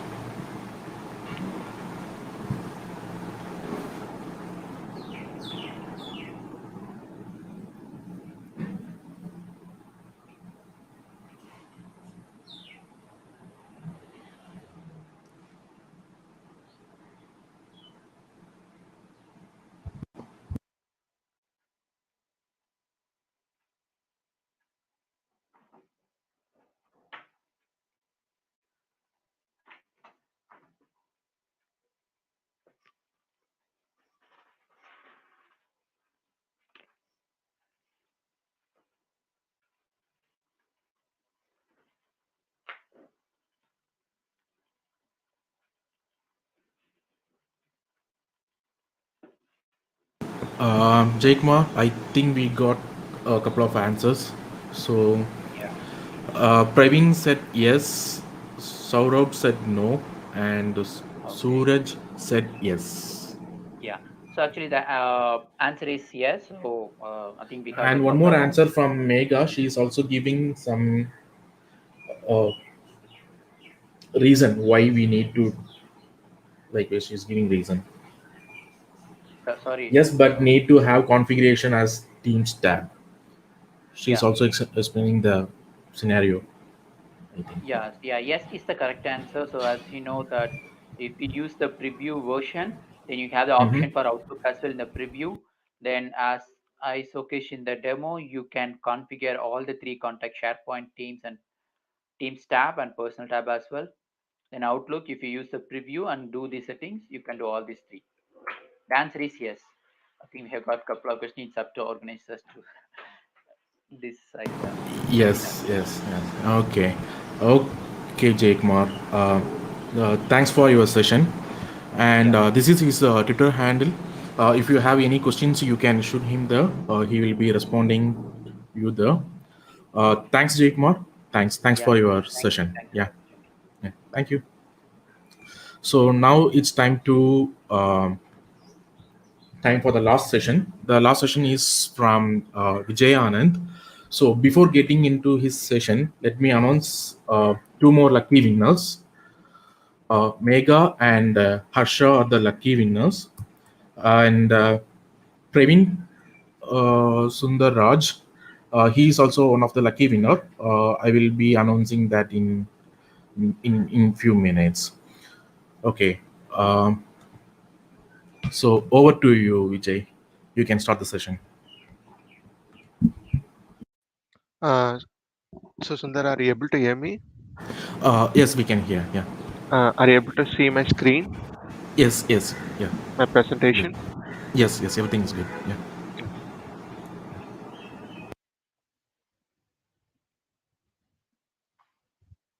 Okay. Sundar, so can we start actually? Yes, we can start. Yeah. Okay. So thanks everyone for joining this Global M365 Developer Bootcamp 2020 Trivandrum, and I hope you guys are enjoying the sessions. Okay, so the next section is on customizing profile cards using Microsoft Graph. Okay, so don't worry, I will not take much time. I will try to close soon. Okay, and so thanks for the first of all, thanks for the organizers and also the sponsors, because it is really difficult to organize an event. So we are doing a lot of events and we are organizing it. We know the pain of organizing the event. So thanks for everyone. Okay, so before getting into it, this is the agenda that we are going to look into it today in today's session. So brief introduction about Microsoft Graph, and we'll see what is a Graph Explorer, and then we'll see overview of profile cards, what exactly the profile card is about, and then we'll see how we can customize this profile cards using Microsoft Graph, and we'll have some demos around that, and also we'll share you a few reference links around this one. Okay, so this is the agenda for today's session. So it will be a quick demo on how you can customize it using Microsoft Graph, and it will be pretty quick. Okay, so about myself, like myself, I'm Vijay Anand Ramalingam. I'm working as a modern workplace architect in Cognizant, and my expertise is in SharePoint and Microsoft 365. And also currently, I'm working as a solution architect for Microsoft Teams. And then I'm a Microsoft MVP, also a C Sharp Corner MVP, and I've written a lot of blogs, authored books, and also I have delivered a lot of sessions around the multiple major Microsoft events. Okay, and also I'm the co-organizer of Microsoft 365 and Power Platform India user group, where we organize a lot of events across India with respect to Microsoft 365 and Azure related things. Okay, so thanks for joining again. And there are a lot of other events coming up in the next few months in 2020. So we are organizing a few more boot camps. We are organizing a boot camp in Bangalore, the same kind of event, and also we are organizing a boot camp in Gurgaon. So it's on November 7th and November 28th, and in December we have a M365 Saturday event, which is on December 12th. So these are the upcoming events that we are organizing, and there will be a lot of sessions from key speakers and from multiple locations also. We have a lot of foreign speakers. So yeah, at the end of the session I'll share you the links for those events. So yeah. Okay, so like in order to start this, right, I'll start with a Microsoft Graph. So obviously, all the developers who are working with Microsoft 365 related things, it can be SharePoint, it can be Teams, or it can be Outlook add-ins or whatever it is. Like on day-to-day basis, we definitely use Microsoft Graph, right? So first of all, what is Microsoft Graph? Microsoft is providing us the set of APIs, which is used to access the data, which is used to access the data across multiple Microsoft 365 services, basically, right? So it's not only just Microsoft 365, it also covers Windows 10, enterprise mobility, and security related things. So in case if you want to do any CRED operations, like if you want to create, read, update, or delete anything, any data across any of this Microsoft 365 services, it helps us to use the Microsoft Graph APIs. Okay, and in case if you want to build any applications or apps for Microsoft 365 to your organization, definitely we will be using the graph in order to access the data, right? It's a kind of a gateway, you can tell. It's a gateway to access the data in Microsoft 365. right? So based on which you build your apps. So in case if I want, it can be any sort of applications or any sort of apps that you want to build. It can be either for SharePoint using SharePoint framework, or it can be for teams, such as like a building any tabs or extensions, any sort of customizations that you want to do, or it can be add-ins for Outlook. So it can be anything, like any services, right? In order to access that, we can use this Microsoft Graph, right? So on, obviously, like whomever is working on Microsoft 365, we definitely are using this Microsoft Graph on daily basis, right? Okay. So, and also, if you see, as I mentioned, it is a gateway to your data in the Microsoft cloud. So also, if I as I mentioned before, it's just not only for Microsoft 365, it is across Microsoft 365, Windows 10, enterprise mobility and security, right? And so when it comes to Microsoft 365, you can see it's just for all the different services. It can be for Outlook, it can be for SharePoint, OneDrive, Teams, it can be anything. And when it comes to Windows 10, any sort of notifications, activities, or with when it comes to enterprise mobility and security, can be for Azure Active Directory, Intune. So you can see lot of things, right? So for example, like I have logged in into SharePoint, or I have logged in into Microsoft Teams. I want to display, consider it's a Teams. I'm entering into a Teams, and just there should be a tab when I log in. I should be able to see all the teams for which I have access to. So obviously, what you can do is you can call the API, Graph API, to identify all the teams for which you have access. This is just an example where you can make use of Graph API, right? So if you see the endpoint, it is having a one endpoint. It offers only it offers one endpoint, which is https graph.microsoft.com, right? And this is the endpoint, and you have lot of resources available in order to access multiple services within Microsoft 365. Right? And also Microsoft is like a frequently updating this one, and frequently releasing lot of new APIs or new resources like on monthly basis, like for different purposes, right? So even whatever we are going to discuss, like for customizing the profile card, so Microsoft has introduced the API for that, which is again in the preview mode. Okay, so like that they keep on updating the things. Okay, so this is what the just a brief introduction. Obviously, we are using on day-to-day basis, right?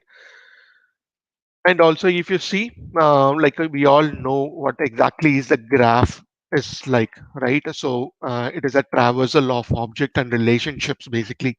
So as I mentioned, once you log in, obviously, like once you logged into SharePoint, if I want to identify who is my manager, or based on his manager, who or my report is. So based on the report is again like how the organization looks, or what kind of files they have shared, or to which teams they have access, or which SharePoint sites they have access. So it's all like a traversal and have the relationship. Just from starting from the user, you can just go to different things, and you can get the information across all the services.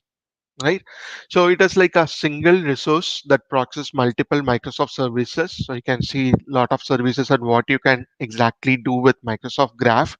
And there are other things like token acquisition management, eliminates the need to traditional discovery and other things, right?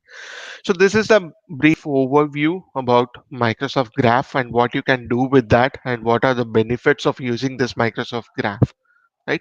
So it's been used across all the multiple services, and it's keep on Microsoft is introducing the new APIs. So coming to the next one, it is a Graph Explorer, and again, obviously, like everyone who is working, doing some development around Microsoft 365, we definitely use this Graph Explorer, right? So what exactly is this Graph Explorer? It is basically a UI which is provided by Microsoft, and it is completely free, which you can access it via the browser itself. So when you want to build any apps or any applications or anything, it can be anything for any services for your organization, and when you're planning to use Graph API, right? So you want to know how this API is going to work, or what kind of result it is going to return, or what kind of inputs I need to provide, and what exactly I can get it from that, right? So in order to do a testing before you're using it in your apps or building applications, if you want to test any of your API, obviously we use this Graph Explorer, right? So you will be logging into your using your Office 365 account, and then you can use the APIs, whatever the API that you want to check it or test it. Obviously, we use this one, test it, see what kind of results it is returning, what permissions it's required, and all those things. It is easy for us to check it, and then once you are fine with that, okay, this is what I need, and then you can use this particular API in your applications to build for your organization, right? So this is just a completely, I'll just open the Graph API and quickly show. Okay, I'll just go here. I have already opened this one, and also like it will ask for your login details. So I have just given my Office 365 login details over here. Okay, so once you log in, obviously you can see all these things, whatever the methods over here: post, put, patch, or delete. And also you can see it will be having two things: version 1.0, which is the publicly available, which is in allowed to use in your production environments, and also you have the beta. So basically any APIs which are in preview, it will be available as a beta thing, right? So as you mentioned, like endpoint, if you see, it is https graph.microsoft.com, and this is the API, this is the endpoint that we will be using for always. And then based on the resources, like these are the resources, like you can see the version, and after that resource, right? So ME is one of the resource. So for example, like when you run this particular query, you can see what kind of results it is returning, right? So you can see it is 200, the status is 200, and it is successful. And you can see like it retrieves this my information, my profile information, right? Display name, given name, job title, and all this information. So there are few things, like if you want to test these kind of things, definitely it gives you to get started with. It gives you the basic resources which you can uh, just execute and verify how it works. And in case if you need to have any sort of permissions, yes, you can manage all those things over here. So this is basically a UI, like how we use the Postman to verify the APIs, right? So similarly, this Microsoft Graph Explorer is also for the same purpose. Whereas Postman, you can use any sort of APIs, whereas Microsoft Graph Explorer, it is only focused towards Microsoft Graph alone. So this is what we majorly used to test all our Graph APIs before we are going to use it in our production environments, or before we are trying to build any apps for Microsoft 365 related things, right? So this is the brief overview about Graph Explorer. And coming back to the main topic that we are going to discuss today, it is about profile cards, right? So what exactly a profile card means? What is a profile card? Okay, so profile card is also called as like like contact card, or you can also call it as people card. Okay, so where it is available, right? So whenever we receive, it is an all day-to-day basis, right? Whenever we receive any email from anyone which whom you might not be not aware, asking for something, or he is requesting for something, right? So our first thing is, like, what we generally do is we just to go and check his details, basically, right? So he is from which department, or he is what is his designation, or he is from which location. It is quite obvious, like whenever we receive any emails that whom we are not aware of, whom we don't know. So obviously it's our tendency to go and check, like who is he, basically, what are his details, right? It happens on day-to-day basis. So because based on that you might be responding to them, right? Or like you might be responding to him. So in most of the places, it's not just only in Outlook. In many many apps within the Microsoft 365, you see this profile card, right? For example, SharePoint also, you will see user details. You will have a user, and when you hover over it, it shows some information. And more often we use in the Outlook, right? So this is what it would be looking like, right? So just to hover over it, it shows some information, and you will just double click on it, you will see a lot of information about it, right? So I'll click quickly open the Outlook and show you a few details what exactly the profile card means. Okay, so when you go to any message or any user, basically, I'll just show you. I'll just type Vignesh.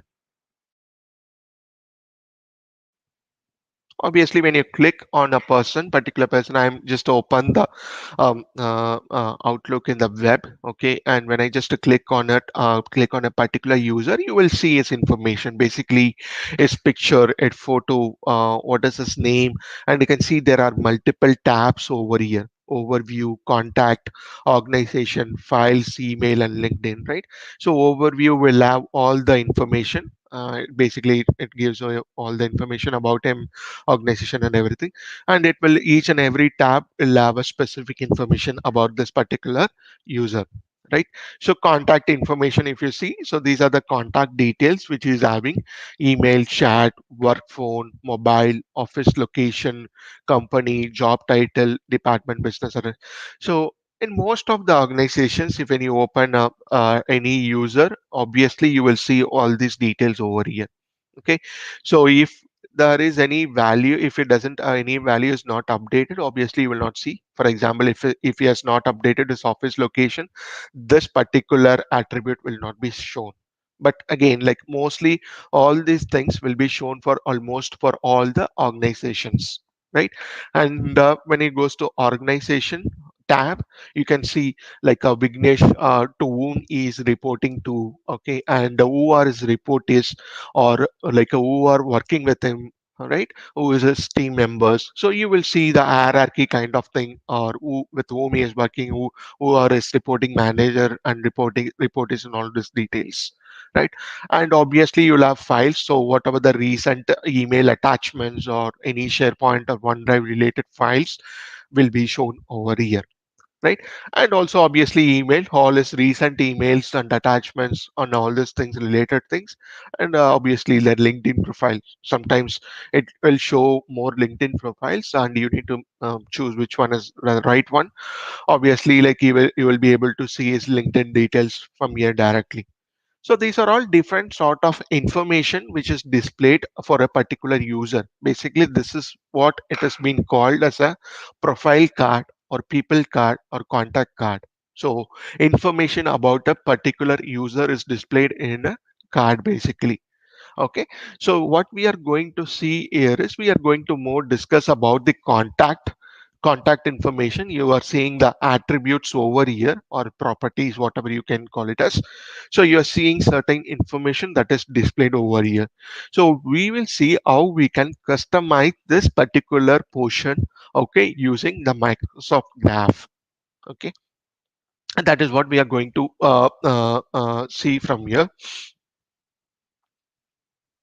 Okay, so that is what exactly, what do you mean by a profile card, a overview about the profile card basically. And yeah, so this is what we have seen it. Like if you open any user, you will see all the required information about the particular user. So this is the default profile card information that we have it. So profile photo, contact information, organization information, people you collaborate with, recent emails, upcoming events, LinkedIn information, and all those things which you have seen now.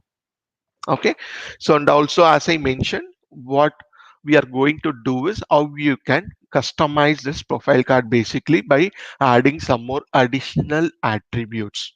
Okay, so what you can do is there are certain default or standard, or you can call it as out of the box attributes, additional attributes, which you can make it visible in the contact card.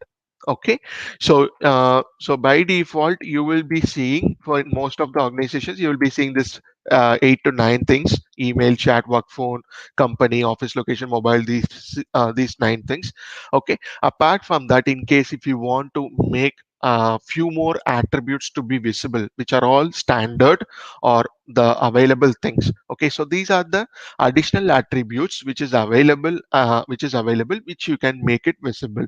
For example, user principal name, fax number, street address, postal code, state, and mail nickname. So these are all the additional things which you can make it visible. Okay, so if you see here, you can see something called alias. Okay, so generally it will not be there for all the organizations. What I have done is, with the help of the graph API, I have just enabled this or made visible this particular attribute, which is a alias, which is a mail nickname, the user entity property. So this one additional thing which you are seeing, I have just done it through the Microsoft Graph. Okay, so we'll see how we can do that using a Microsoft Graph actually. Okay, so where you can so how you can start with, right? So in order to start this with, right, so what I will do, I'm just going to use the Graph Explorer only. So this is the Graph Explorer. Okay, so we'll see what is the endpoint URL and what kind of things that is required in order to do this one. Okay, so you can see here, this is the endpoint URL: https graph.microsoft.com beta, because it is in the preview. And organization settings, this is what the settings that we are going to configure. And profile card property, so basically profile card property is the resource which we are going to use in order to customize the profile card properties. Okay, basically the attributes, making it visible in the profile card. Okay, and you can see it asks for the tenant ID, so you need to get the tenant ID from your tenant. So what you can do is, you can always go to portal.azure.com. Okay, so once you go here, you can go to Azure Active Directory.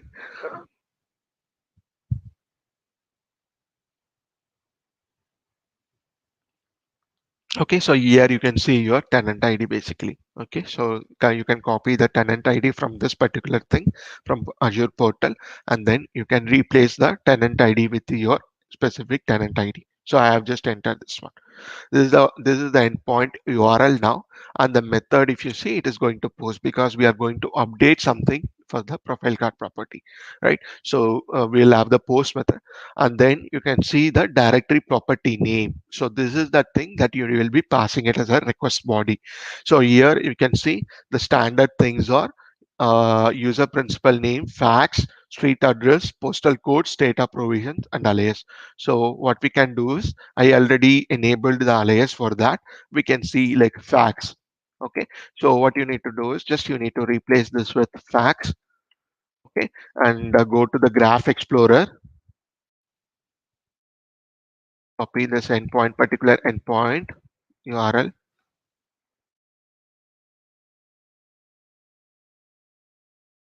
Okay, so when I enter it, automatically it gets changed to beta, because in the endpoint URL it is beta, so it automatically it gets turned changes, and it is a post method. And in the request body, we need to copy this particular thing, directory property name, which is like we are going to enable fax. Okay, so directory property name fax. Okay, so these are the details. This is the thing that you need to do it, and just need to execute this one, so that you will get a OK 200. Okay, so status is OK 200, then it means that it is success. Okay, so I'm just executing it, and then we'll see. So yeah, so it got executed successfully. Like OK 200 3264 millisecond it took, right? And this is the response preview. And the problem is, I will not able to see this one immediately. We can check this one. So once I go here, so this is a one, you can call it as a con, or just a kind of disadvantage, that once you execute it, it doesn't immediately gets reflected over here. So when I go back and check for Vignesh, obviously, yes, it doesn't have entered the value, but still it will not be showing over here. The reason is it takes, whenever you execute this particular query, it takes 24 hours to get reflected. Obviously, we know that it's anything related to the user profile, right? Even though if you update your image or if you update any of your user profile properties, it generally takes 24 hours to get synced and everything. So similarly, even for this profile property update also, the thing is it takes 24 hours. So if I have executed now today, tomorrow by this time it should be reflecting over there. So basically the facts detail will be appearing over here, and the two, if the user is having the facts, if he has updated his user profile property, then only it will be appearing over here. Okay, whomever is having values, that value will be appeared over here. Okay, so where you can see that particular value, of course, like you can go to the users, go to the Azure portal, and obviously go to the Active Directory, and you can click on the users. So I'll just go to Vignesh, and you can edit it as particular profile property, and you can see obviously you will have all the values, right? Job information, employee IDs, and everything, whatever it is required. So it's been provided over here. Okay, so you can update it from here so that it gets added in the this thing. Okay, and also one more important thing is, so for example, now we have executed it facts, and if you want to add another thing, street address, so for example I will update it as a street address, and the problem is we are I'm not sure it is because in the preview or it's still something they are working on, or this is one of the con, I'm not sure about that. But what happens is, once the facts, now we have just few minutes before we have exited the facts, still the facts is not reflected, and before it is getting appeared, if you try to execute for one more attribute, for example street address, it doesn't work. Okay, so you need to wait for 24 hours to get first this facts to be updated in the updated, and then only we will be able to execute this execute for the other attributes. So currently it is exactly working like that, because I tried for multiple things at the same time, but it didn't work. Just the first thing which I have executed, only that one appeared, after that I didn't do it. Okay, so two things that we need to keep it in mind: it takes 24 hours to get updated once you execute the query, and the second thing is you just need to do it one by one, until the one is getting reflected or updated.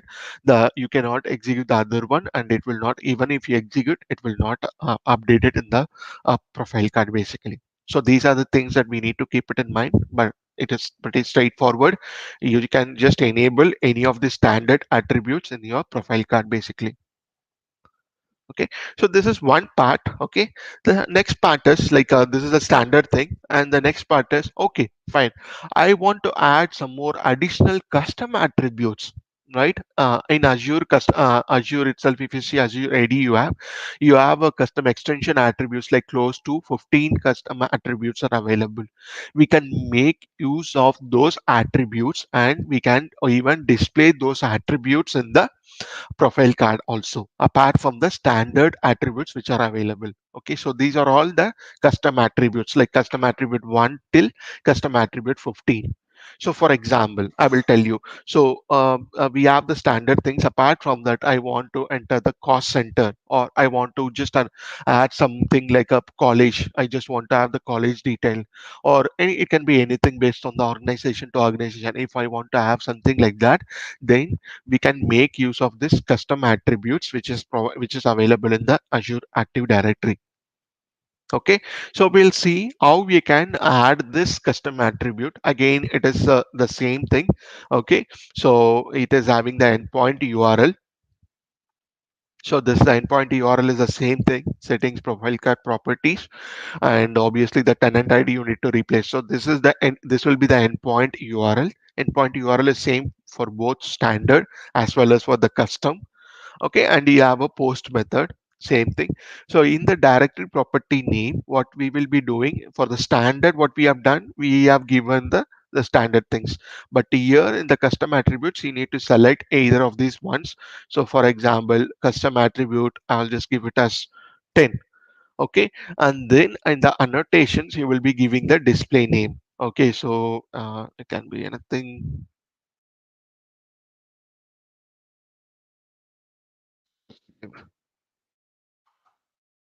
College name or something like that. Just I'm giving an example, like I'm just giving this college name to be displayed over there. Okay, so in that case you will be giving the display name, and localization obviously, like you can give it to the different languages. And in case if you don't provide that, or by default it will take whatever the default languages available. Okay, so this is the request thing that we need to send. So you can select any of the custom property, and you can provide the display name for that. And in case if you have any localizations, then you can provide that one. Okay, so I will just copy the same thing over here. I'll go back to the Graph Explorer. So anyhow, the endpoint URL is same, and it is a beta, and again it is a post method. So I will copy this particular thing, directory property name custom attribute 10, and it is going to have the college name. And once you execute the run query, obviously, like we should get OK 200 so that it is successful. Okay, so it got successful. And then again it takes time, again it will take 24 hours to get reflected over here. And obviously it will be the same thing in the profile card. You will be able to see something over here. Okay, so additional properties, additional attributes, whatever the custom attributes that we have added, it will be appearing over here. Okay, so again, where you can update these values. So for example, Vignesh Ganesan, I want to update that particular value. So custom attribute 10, I've given the college name. So I want to update that college name for Vignesh. So where I can do that. So in order to do that, you need to go to the admin center, Microsoft 365 admin center,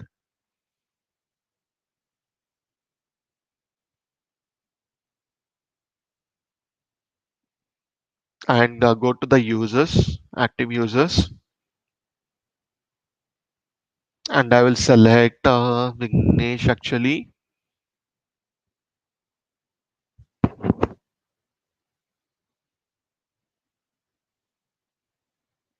Yeah, and you need to go to mail, which is basically the exchange properties. So edit the exchange properties over here.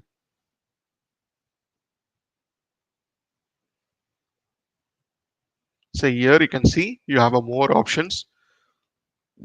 So initially I have given the number one as test cost center. So this is a place where you will be entering the values for 15. Like there are 15 custom attributes. Now we have given 10, right? So 10 is for the college name. Like for example, like a university. Okay, so if I provide it and if I save it, what will happen is once the custom attribute displays, it will display for him like college name as an university over here. So he will display it over here, telling the display name as college name, and the value as the is university name and university. So this is where you can go and update your basically your the custom attribute values actually. So obviously, like you will not be doing it manually, and you will be doing it through PowerShell, or you might be automating all these things. Yeah. So I'm just telling where exactly this information is stored and how it has been getting displayed. So like this, you have 15 custom attributes provided by Azure AD, which you can make use of that, and you can even display those custom attributes in the profile card action. Profile card basically using Microsoft Graph. So these are the two things. One is standard attributes, which you can make it visible based on your need. Okay, and the second is the custom attribute, which you can enable it or make it visible in the profile card. Okay, and two things. It is not. It takes 24 hours, and you cannot do it immediately before the first one is getting reflected. And one more thing, when it comes to custom attributes. So, for example, we have seen here, right? We are adding the custom attributes, the cost center, and then we have added the college name and all those things. Basically these custom attributes is not searchable. You will not be able to search based on these values in any of the search, in any of the like a SharePoint search or from anywhere. So it's not searchable. That we need to keep it in mind.